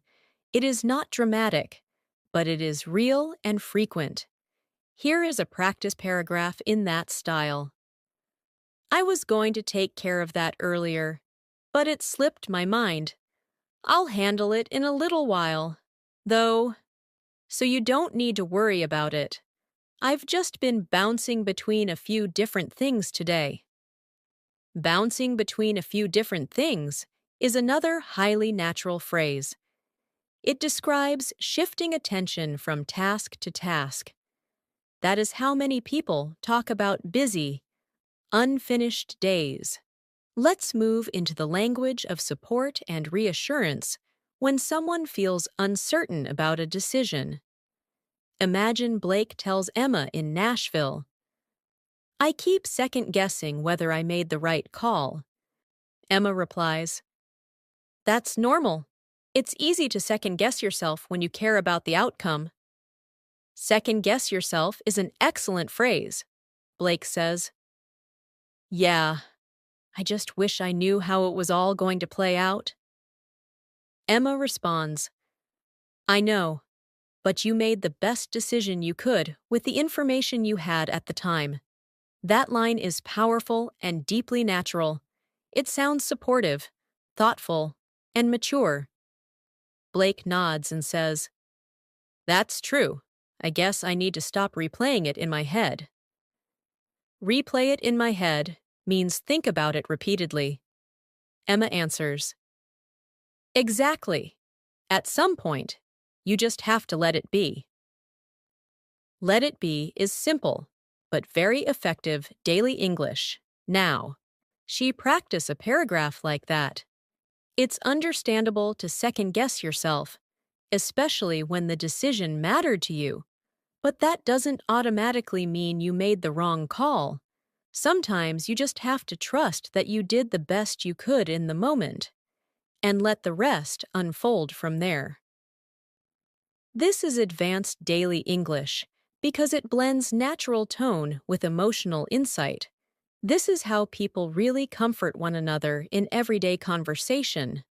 Another powerful area of daily speech is talking about trying to stay consistent with something. Exercise, reading, language learning, organization, or healthier habits. Imagine Chloe says to Ethan in San Francisco, "I'm trying to be better about sticking to a routine." Sticking to a routine is a very strong daily phrase. Ethan replies, "Yeah, I know what you mean. That's always easier said than done." Easier said than done is one of the most useful expressions in English. Chloe says, "Exactly. I start out strong, and then life gets busy, and I fall out of the habit." Fall out of the habit is another excellent phrase. Ethan responds, "I think the trick is keeping it realistic." The trick is means the key or effective method is. Chloe says, "That's probably true. I tend to overdo it at the beginning." Overdo it means do too much. This conversation is gold for learners because it sounds so normal and so natural. Here is your practice paragraph. I'm trying to be more consistent, but I know that's easier said than done. I usually start with a lot of motivation, and then, once life gets busy, I fall out of the habit. I think I need to keep it more realistic if I want it to last. That is exactly the kind of is English people use when talking honestly about routines and goals. It is practical, expressive, and full of natural rhythm. As you listen to all these situations, I want you to notice something important. Daily English conversations are not random. They follow emotional patterns. People explain what happened. They soften requests. They update each other. They react to inconvenience. They invite without pressure. They express tiredness, uncertainty, hunger, delay, responsibility, and support. And inside all of those daily moments, advanced English phrases appear naturally. Phrases like, "One thing led to another. I haven't gotten around to it yet. I could go for something quick. I'll have to make do. Nothing's set in stone. Keep me in the loop. I feel a little scattered. I got held up. I'll take care of it. Stop replaying. Yeah, it in my head." And "That's easier said than done." These are not complicated phrases, but they are powerful because they help you speak like a real person living a real day. The more you practice them in full paragraphs, the more natural your English will become, and the more easily you will understand daily conversations when you hear them around you. Let's keep building your fluency by stepping into another important layer of daily English, the language people use when they are out in the world, moving from place to place, making quick decisions, adjusting to small changes, and staying relaxed while everyday life unfolds. A lot of English learners spend too much time studying isolated sentences and not enough time studying the flow of real situations. But in daily life, one sentence usually leads to another. A small update turns hard into a plan. A simple question turns into an explanation. A short reply turns into a friendly exchange.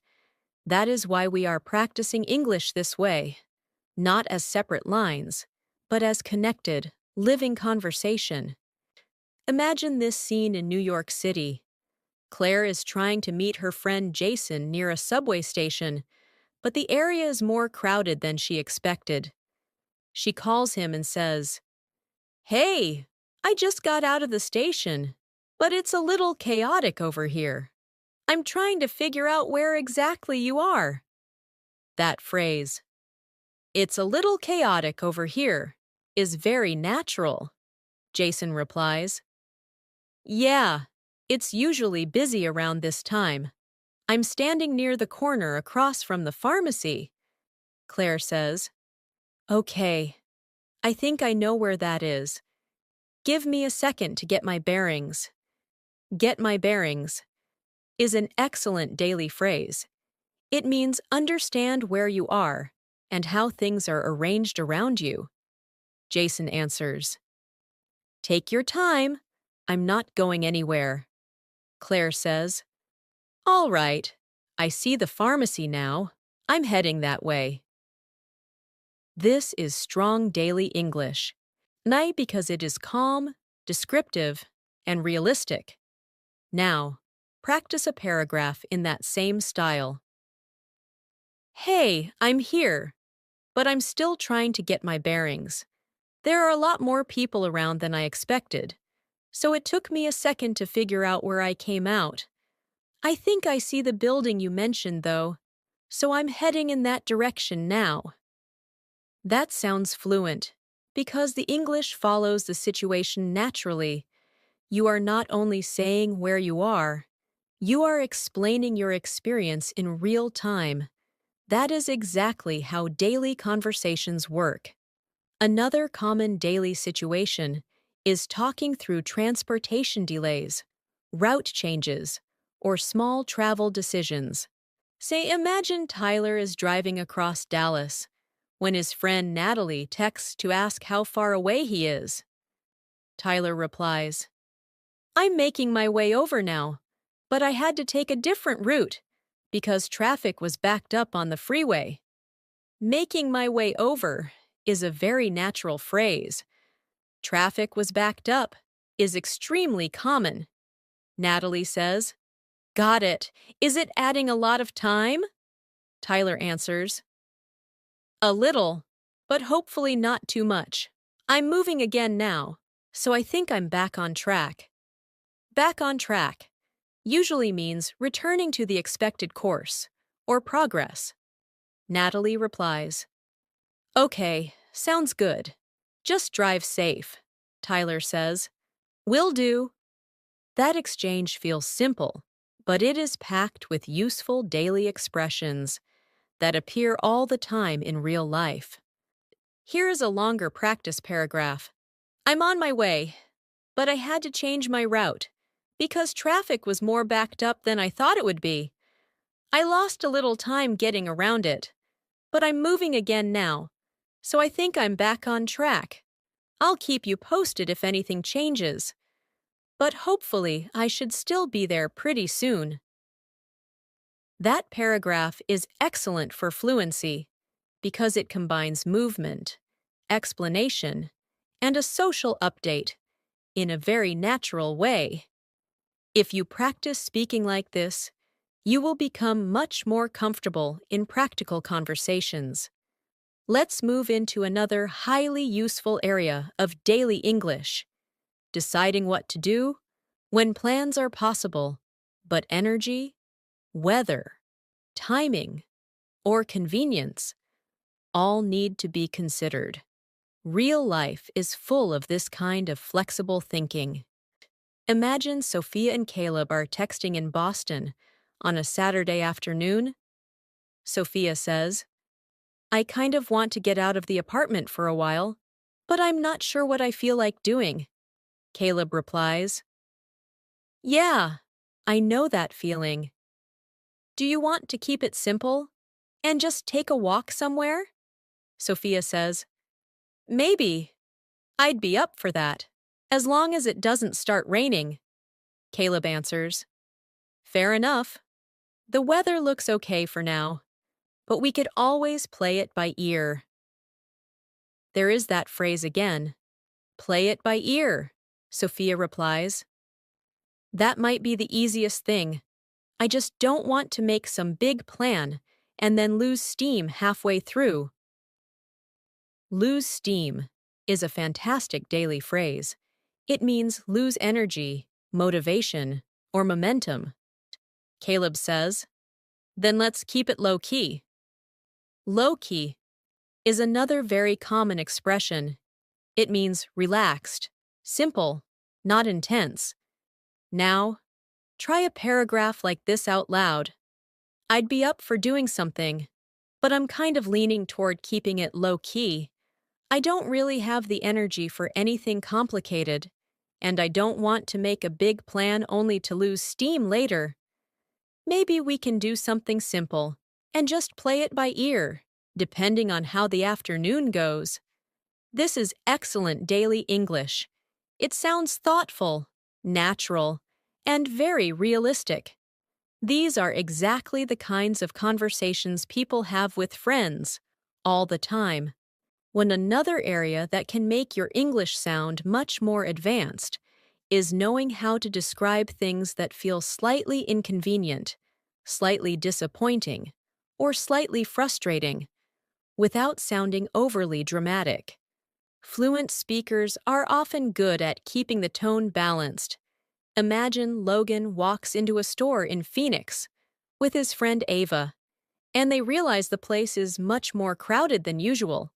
Logan says, "Wow, this place is packed." Ava replies, "Seriously, I didn't think it would be this busy." Logan says, "Me neither. I was hoping we could get in and out pretty quickly." Get in and out means finish something quickly and leave.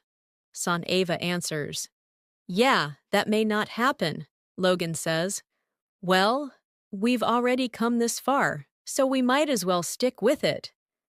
Might as well is one of the most valuable daily expressions in English. It means this is probably the best thing to do now. Ava replies, "True. Let's just hope the line starts moving."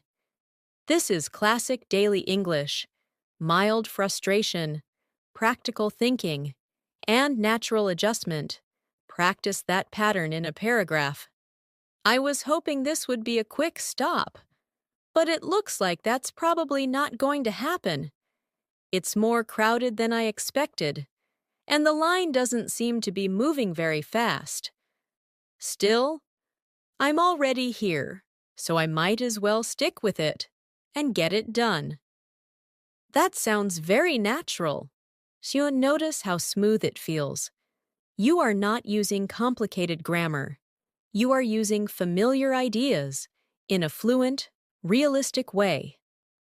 Let's continue with the language of checking on progress, because daily conversations often involve asking whether something has been done, how far along someone is, or whether things are moving forward. Imagine Lauren is waiting for her friend Ethan in a bookstore in Portland. She texts, "Hey, how's it going over there?" "Are you almost done?" Ethan replies, "Almost. I'm just wrapping up one last thing." There is that useful phrase again. "Wrapping up." Lauren says, "Okay, no rush. I was just checking, so I knew whether I should keep browsing or head to the front." Ethan answers, "Yeah, give me like 5 more minutes." Lauren says, "Sounds good." This exchange is useful because it shows how native speakers check progress without sounding impatient. Lauren is not pushing. She is simply trying to coordinate her next step. Now, imagine your own version in Chicago. "Hey, just checking in to see where you're at. I'm not in a hurry. I just wanted to get a sense of your timing, so I know whether I should wait here or start heading over." That is fluent daily English. "Get a sense of your timing" is a particularly natural phrase. Now it sounds much smoother than, "Tell me when you will come." These subtle differences are what make a learner sound more advanced. And when you speak that way, your English becomes more than correct. It becomes natural, flexible, and deeply fluent. Let's keep going by stepping into another very real part of daily English, the language people use when they are managing expectations, talking through small decisions, and reacting to how the day is actually unfolding, instead of how they thought it would unfold. This matters because so much of real conversation is not about perfect plans. It is about adjusting. It is about noticing. It is about saying, in a natural and fluent way, what is working, what is not working, and what makes the most sense now. So imagine this scene in Seattle.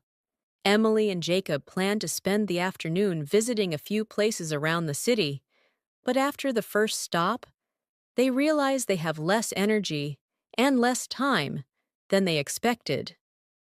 Emily says, I don't know if we're going to get through everything on our list today. Jacob replies, Yeah, I was just thinking the same thing. We may have been a little too ambitious. A little too ambitious is such a natural phrase. Emily says, Probably. I feel like we underestimated how long each stop would take. Jacob answers, That's okay. We can always save the rest for another day. That response is excellent because it is calm and realistic. Daily fluency often comes from knowing how to lower pressure in a conversation. Emily then says, Honestly, that might be the better move. The better move is another strong everyday phrase.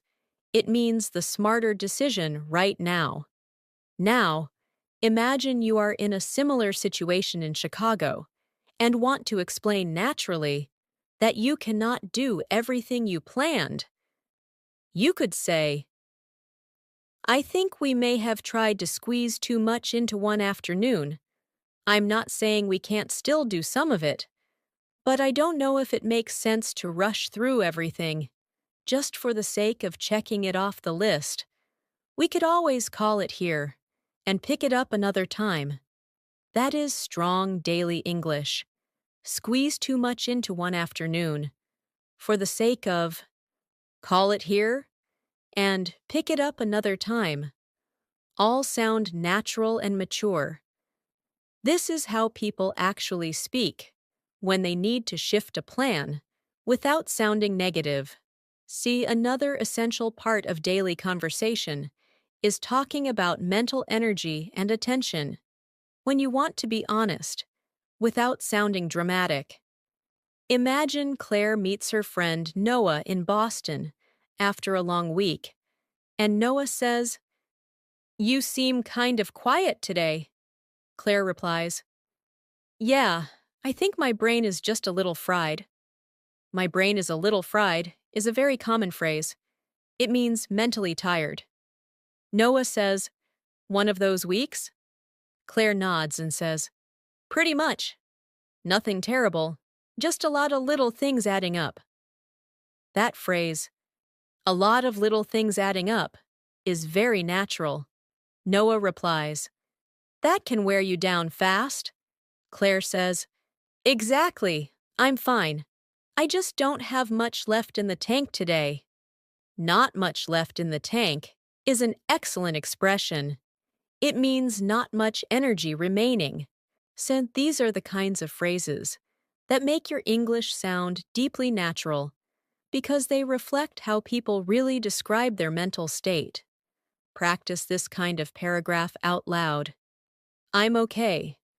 I just don't have much left in the tank today. It's been one of those days where nothing was terrible on its own, but a lot of little things kept piling up. And by the end of it, I felt more drained than I expected. That sounds real.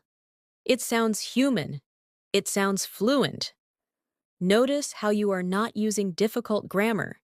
You are using well-chosen phrases that paint a clear emotional picture. This is what advanced daily English often looks like. Let's move into another very useful area, talking about timing, when you want to avoid sounding too exact or too rigid. Real English speakers often give approximate time in soft, natural ways. Imagine Olivia texts Ryan in San Diego and says, I should be ready in a bit. Ryan replies, Okay, just give me a heads up when you're about to leave. Olivia says, Will do.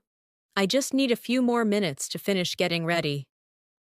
A few more minutes is simple, but in daily English, it is often better than an exact number when the situation is still flexible. Ryan answers, No problem, I'm just hanging around anyway. I'm just hanging around means I am staying here without doing anything urgent.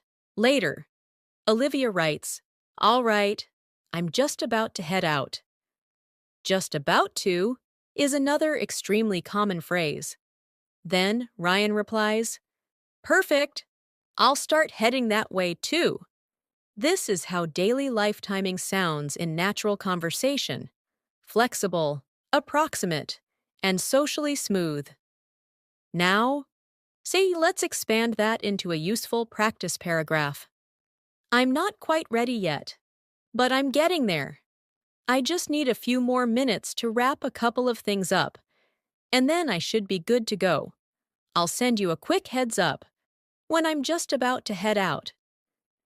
That is excellent spoken English. Good to go is especially useful. It means ready. These little timing phrases appear constantly in daily conversations, and the more you use them, the more natural your speech will feel. Another powerful area of daily English is the language of noticing patterns in life and commenting on them casually. Fluent speakers often make observations that sound simple but natural. Yes, imagine Ethan and Madison are walking through downtown Denver, and Madison says, I swear, every time I come here, it's busier than the last time. Every time I come here, and busier than the last time, are great everyday structures. Ethan replies, Yeah, this area has changed a lot. Madison says, It really has. There are so many more places now than there used to be. Ethan answers, I know, it feels like something new opens up every few weeks. Opens up here means begins operating. Madison then says, Part of me likes that, but part of me misses when it felt a little less crowded. That is very natural. She is expressing a mixed reaction in a balanced way. Ethan replies, Yeah, I get that. It's nice to have more options, but it definitely changes the feel of the place. This is exactly how daily English often sounds when people reflect on familiar neighborhoods, routines, and environments. Try your own version in paragraph form. I've noticed this area has changed a lot lately. On the one hand, it's nice because there are more places to go and more things happening, but at the same time, it doesn't feel quite as quiet as it used to. I guess that's just part of how places evolve. That is thoughtful, natural English. On the one hand, at the same time, gives your speech balance, and part of how places evolve sounds mature, without sounding too formal. As you continue building your English through these everyday conversation patterns, notice how often fluency depends on flexibility. It depends on knowing how to soften a plan, explain a delay, adjust an expectation, summarize a day, change direction, accept a small win, or revisit an idea later. That is why phrases like, We may have been a little too ambitious. I don't have much left in the tank. I should be good to go in a bit. Part of how places evolve. Leave empty-handed. Get a few things off my plate. Trying not to overpromise. Switch gears. I'll take it. My week's still taking shape, and I'm all set now are so valuable. They help you sound like someone living in English, not just studying English. And when you can do that, your understanding gets deeper, your speaking gets smoother, and daily conversations start to feel much more natural. So let's keep going by focusing on another side of daily life English that makes a huge difference in real conversations, the language people use when they are trying to make life easier, smoother, and a little more manageable. A lot of fluent daily English is not dramatic at all. It is the language of practical thinking.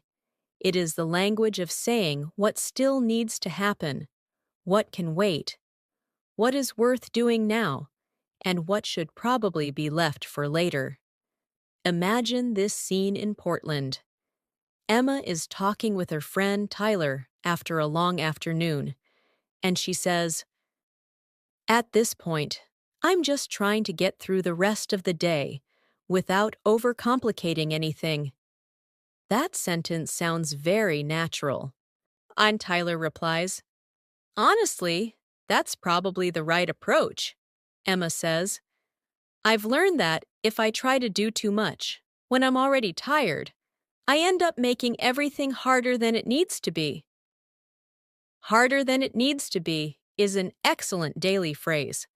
Tyler answers, "Yeah, sometimes the smartest thing is to keep it simple." Emma says, "Exactly. I'm trying to save my energy instead of burning through it on things that can wait." Burning through it means using it up quickly.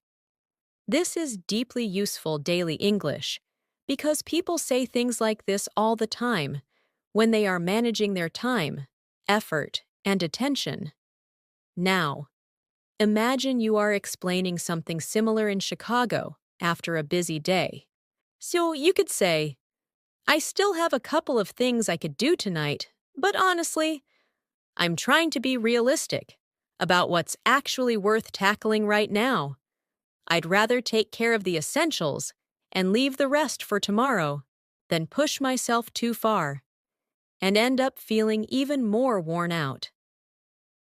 That paragraph sounds fluent because it reflects how people actually make decisions in ordinary life. Tackling right now, take care of the essentials, and feeling more worn out are all excellent phrases for daily conversation. This is exactly how advanced English grows inside daily English, through useful, flexible choices in very normal moments. Another important area of daily conversation is the language of errands that turn into conversations about time, convenience, and effort. Imagine Olivia is texting her brother Ryan in Seattle and says, "I need to go back out for one thing, but I'm debating whether it's worth it tonight." Ryan replies, "How badly do you need it?" Olivia says, "Not badly enough to make a whole extra trip, if I'm being honest." "If I'm being honest" is a great phrase because it softens honesty in a natural way. Ryan answers, "Then maybe leave it for tomorrow." Olivia says, "Yeah, that's kind of where I'm landing." "That's kind of where I'm landing" is a very natural phrase. It means, "That is the conclusion I'm reaching." Ryan says, "No point making your evening harder for one small thing." Olivia replies, "Exactly. I think I just needed to hear someone else say it." That is such a realistic exchange. People often already know what makes sense, but hearing it out loud helps them feel settled. Try your own practice paragraph.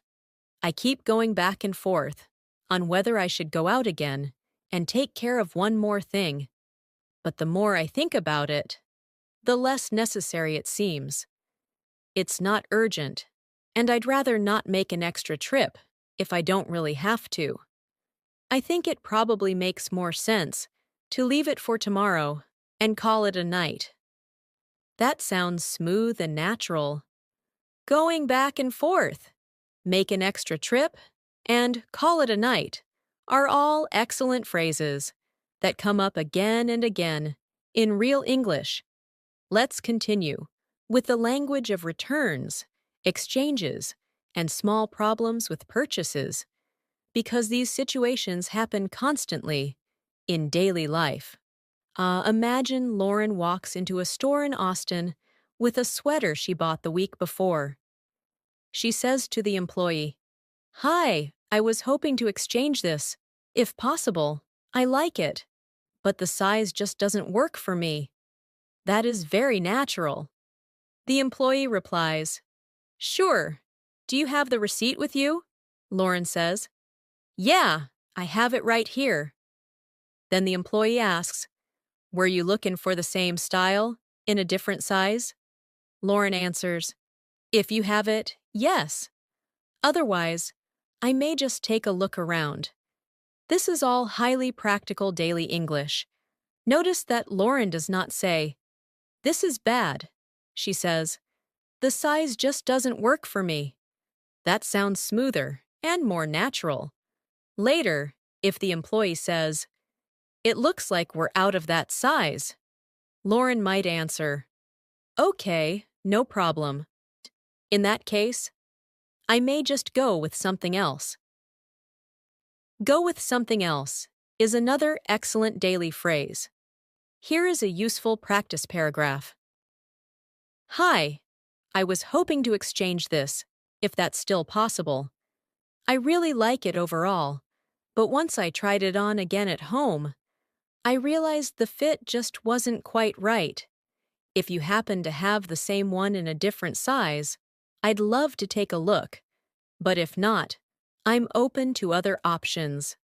That is strong, realistic English. The fit just wasn't quite right.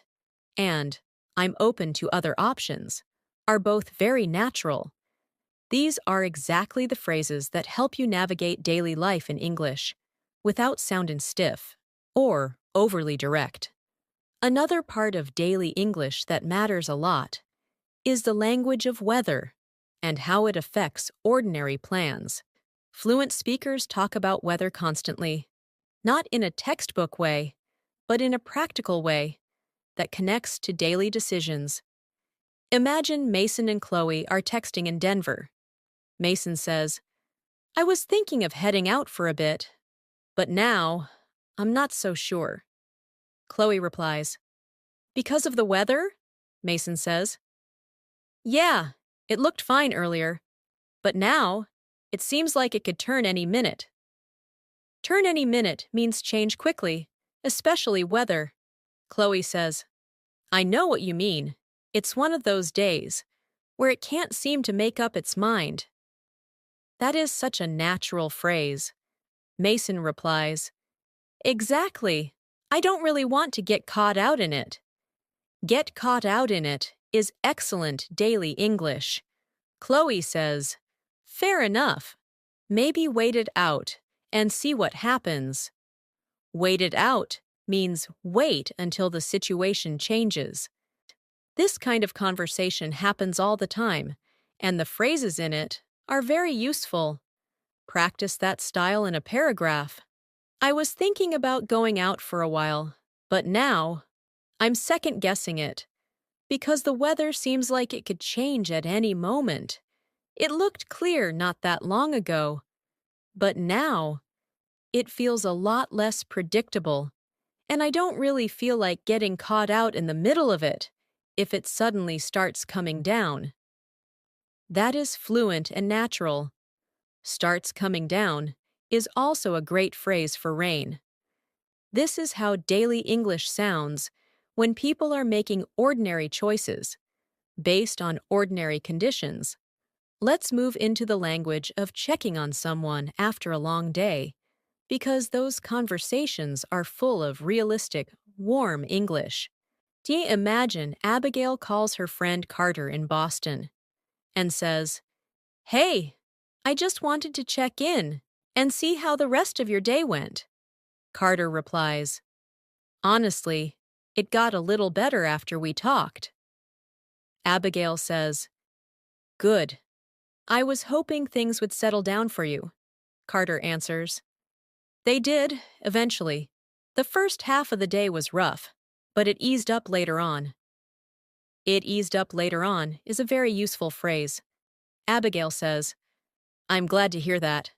Carter continues, "Yeah, I still feel kind of drained, but at least I'm not carrying the same stress I was earlier."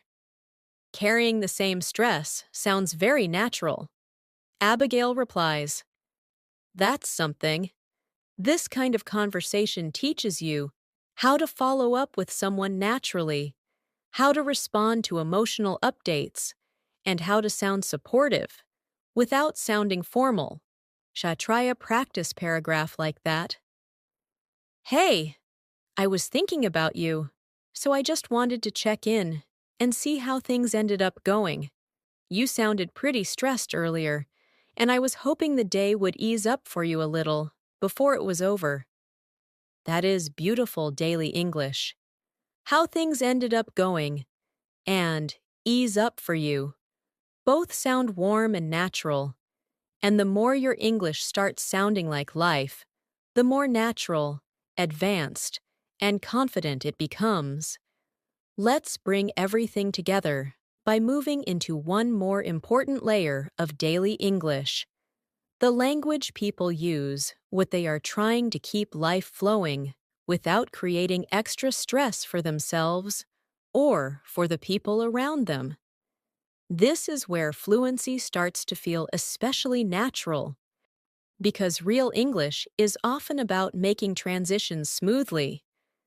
It is about knowing how to move from one part of the day to another, how to explain your state of mind, how to let someone know what is realistic, and how to stay socially warm even when you are tired, busy, distracted, or uncertain.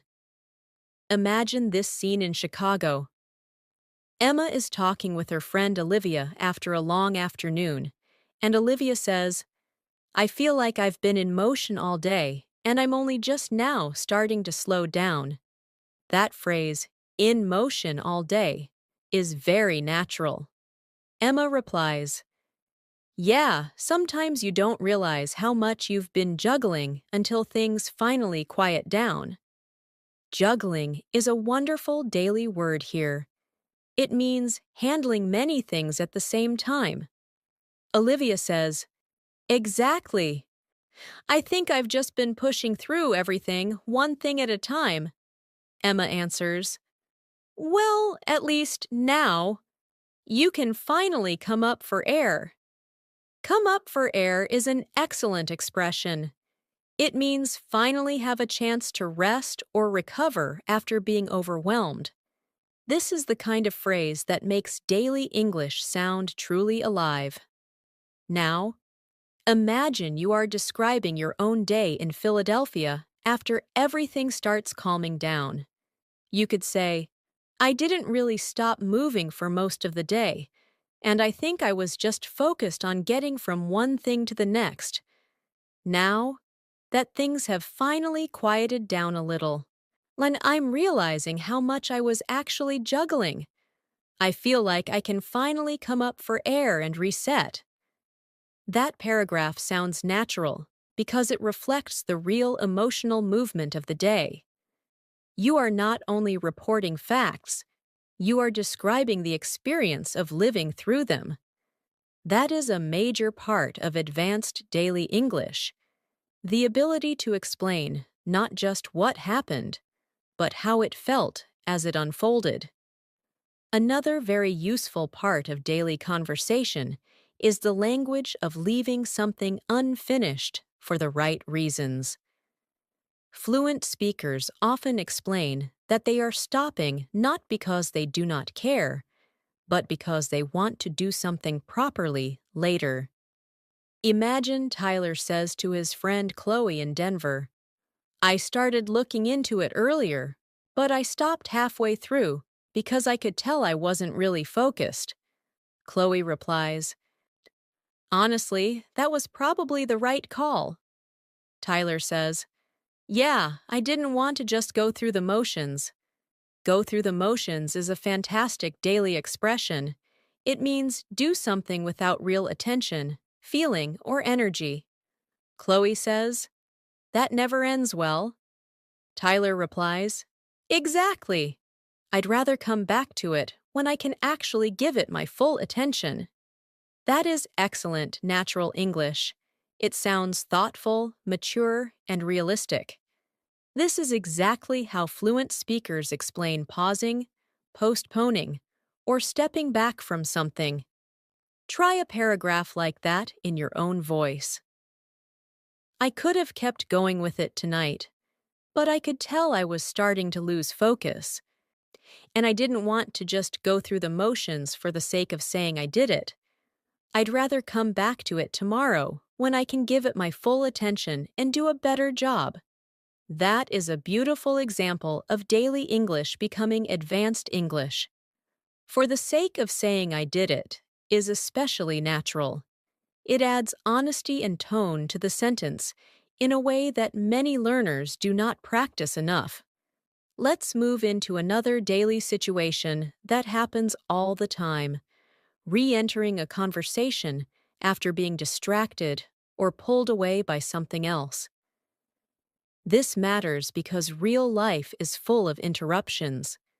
Someone calls, someone walks in, something needs to be handled, or your attention gets pulled somewhere else. Fluent speakers know how to return to the conversation smoothly. Imagine Emma is talking to Jason in Seattle when she has to step away for a minute. When she comes back, she says, "Sorry about that. I got pulled into something for a second." "I got pulled into something" is a very useful phrase. Jason replies, "No worries." Emma says, "What were you saying before that?" Or she could say, "You were in the middle of telling me about your weekend." Jason answers, "Right. So anyway." These are very natural recovery patterns in English. They help you sound calm and socially capable even when the conversation gets interrupted. Now, practice that kind of English out loud. "Sorry, I got pulled away for a minute." "Where were we?" "You were saying something about how the afternoon ended up going, and I didn't want to lose the thread." Lose the thread is another excellent phrase. It means lose track of the point or direction of the conversation. That is the kind of language that helps you navigate real English with more grace and confidence. Another important daily skill is knowing how to describe that feeling when something sounds good in the moment, but not good enough to act on right away. Daily life is full of half motivations. Imagine Ava and Blake are texting in Austin, and Ava says, "Part of me wants to go do something, but not enough to actually get ready and head back out." Blake replies, "I know exactly what you mean." Ava says, "It sounds good in theory, but the thought of leaving again feels like more effort than I want to make right now."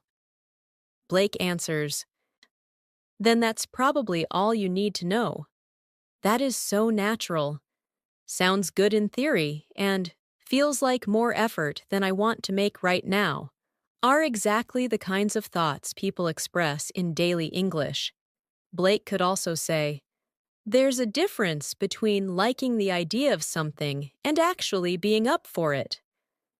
That sentence is gold for learners because it captures a very real human feeling in a very natural way. Here is a practice paragraph. "I like the idea of doing something, but I don't think I'm actually up for the effort it would take right now." Sometimes that's the clearest answer. If the idea sounds better than the reality, it probably means I'm better off keeping things simple tonight. That paragraph is smooth, realistic, and deeply useful. It teaches you how to talk about low energy, hesitation, and self-awareness without sounding dramatic. Let's also practice the language of small relief when something ends up being easier than expected. Real daily life includes a lot of worry before things happen, and then a quiet sense of relief when they go more smoothly than expected. Imagine Lauren says to her friend Mason in Boston, "It ended up being way less complicated than I thought it would be." Mason replies, "That's always nice." Lauren says, "Seriously, I had built it up in my head so much that by the time I actually dealt with it, it almost felt easy." "Built it up in my head" is a very common and useful phrase. Mason answers, "That happens more often than people think." Lauren says, "Yeah, I think the anticipation was worse than the actual thing." That sentence is excellent daily English. The anticipation was worse than the actual thing. That is the kind of line people say all the time in relation to calls, appointments, errands, tasks, and awkward conversations. Now, say something like that yourself. I was expecting it to be a whole ordeal, but it ended up being pretty straightforward once I actually got into it. I think I had built it up in my head more than I needed to, and the anticipation was honestly worse than the reality. That sounds natural, mature, and fluent. A whole ordeal and pretty straightforward are also extremely useful daily expressions. This is exactly the kind of English that helps you talk about ordinary life with more precision and personality. Another daily conversation pattern that matters a lot is the language of giving someone room without sounding distant. Sometimes you want to be supportive, but you do not want to push. Imagine Chloe notices her friend Ryan in Nashville seems quiet. She says, "You don't have to talk about it if you're not in the mood, but if you do want to talk something through, I'm here." That is a beautiful daily line. Ryan replies, "I appreciate that. I may just need a little time to get my head around it first." Get my head around it is a fantastic phrase. It means understand or mentally process something. Chloe says, "That's completely fair," Ryan adds. "I think once I've had a chance to sit with it for a bit, I'll know better how I feel." Sit with it is another excellent daily expression. This is emotionally intelligent English, and it appears everywhere in real life, in friendships, family conversations, and even workplace conversations. Practice that tone in paragraph form. You don't need to explain anything before you're ready. Sometimes it takes a little time just to get your head around what you're feeling. If you want to talk it through later, I'm here. But if you need a little space to sit with it first, that's completely okay too. That sounds calm, natural, and very fluent. It is another reminder that daily English is not shallow. It carries real emotion and real human understanding. Let's move into another deeply useful area, the language of finally getting to something you kept putting off. Imagine Noah tells Emma in Los Angeles, "I finally got around to dealing with that thing I'd been putting off all week." Emma replies, "How bad was it?" Noah laughs and says, "Honestly, not nearly as bad as I expected." Emma answers, "That's usually how it goes." Noah says, "Yeah, I wasted more energy avoiding it than it actually took to deal with it." That sentence is so natural and so true to real life. "I wasted more energy avoiding it" is exactly the kind of phrase fluent speakers use. Emma replies, "Well, at least it's off your plate now." Off your plate is another excellent phrase. It means no longer one of your responsibilities or stress points. Noah says, "Exactly. That alone makes me feel better." This is rich daily English built from a very normal experience. Here is a practice paragraph for that situation. "I finally got around to taking care of something I'd been putting off for days, and honestly, it wasn't nearly as bad as I thought it would be. I think I spent more energy avoiding it than I would have spent just handling it earlier. Still, I'm glad it's off my plate now." That paragraph is fluent, natural, and very useful in real life. Many learners understand the words, but practicing the full thought in paragraph form helps the rhythm become part of your speech. Another important part of daily English is knowing how to end a stretch of conversation by naming what the moment felt like. This is not the same as a formal ending. It is just the natural way people reflect on a conversation or a shared moment. Imagine Emma is sitting with her friend Caleb in San Diego after a long catch-up, and she says, "This was exactly what I needed." Caleb replies, "Yeah, same here."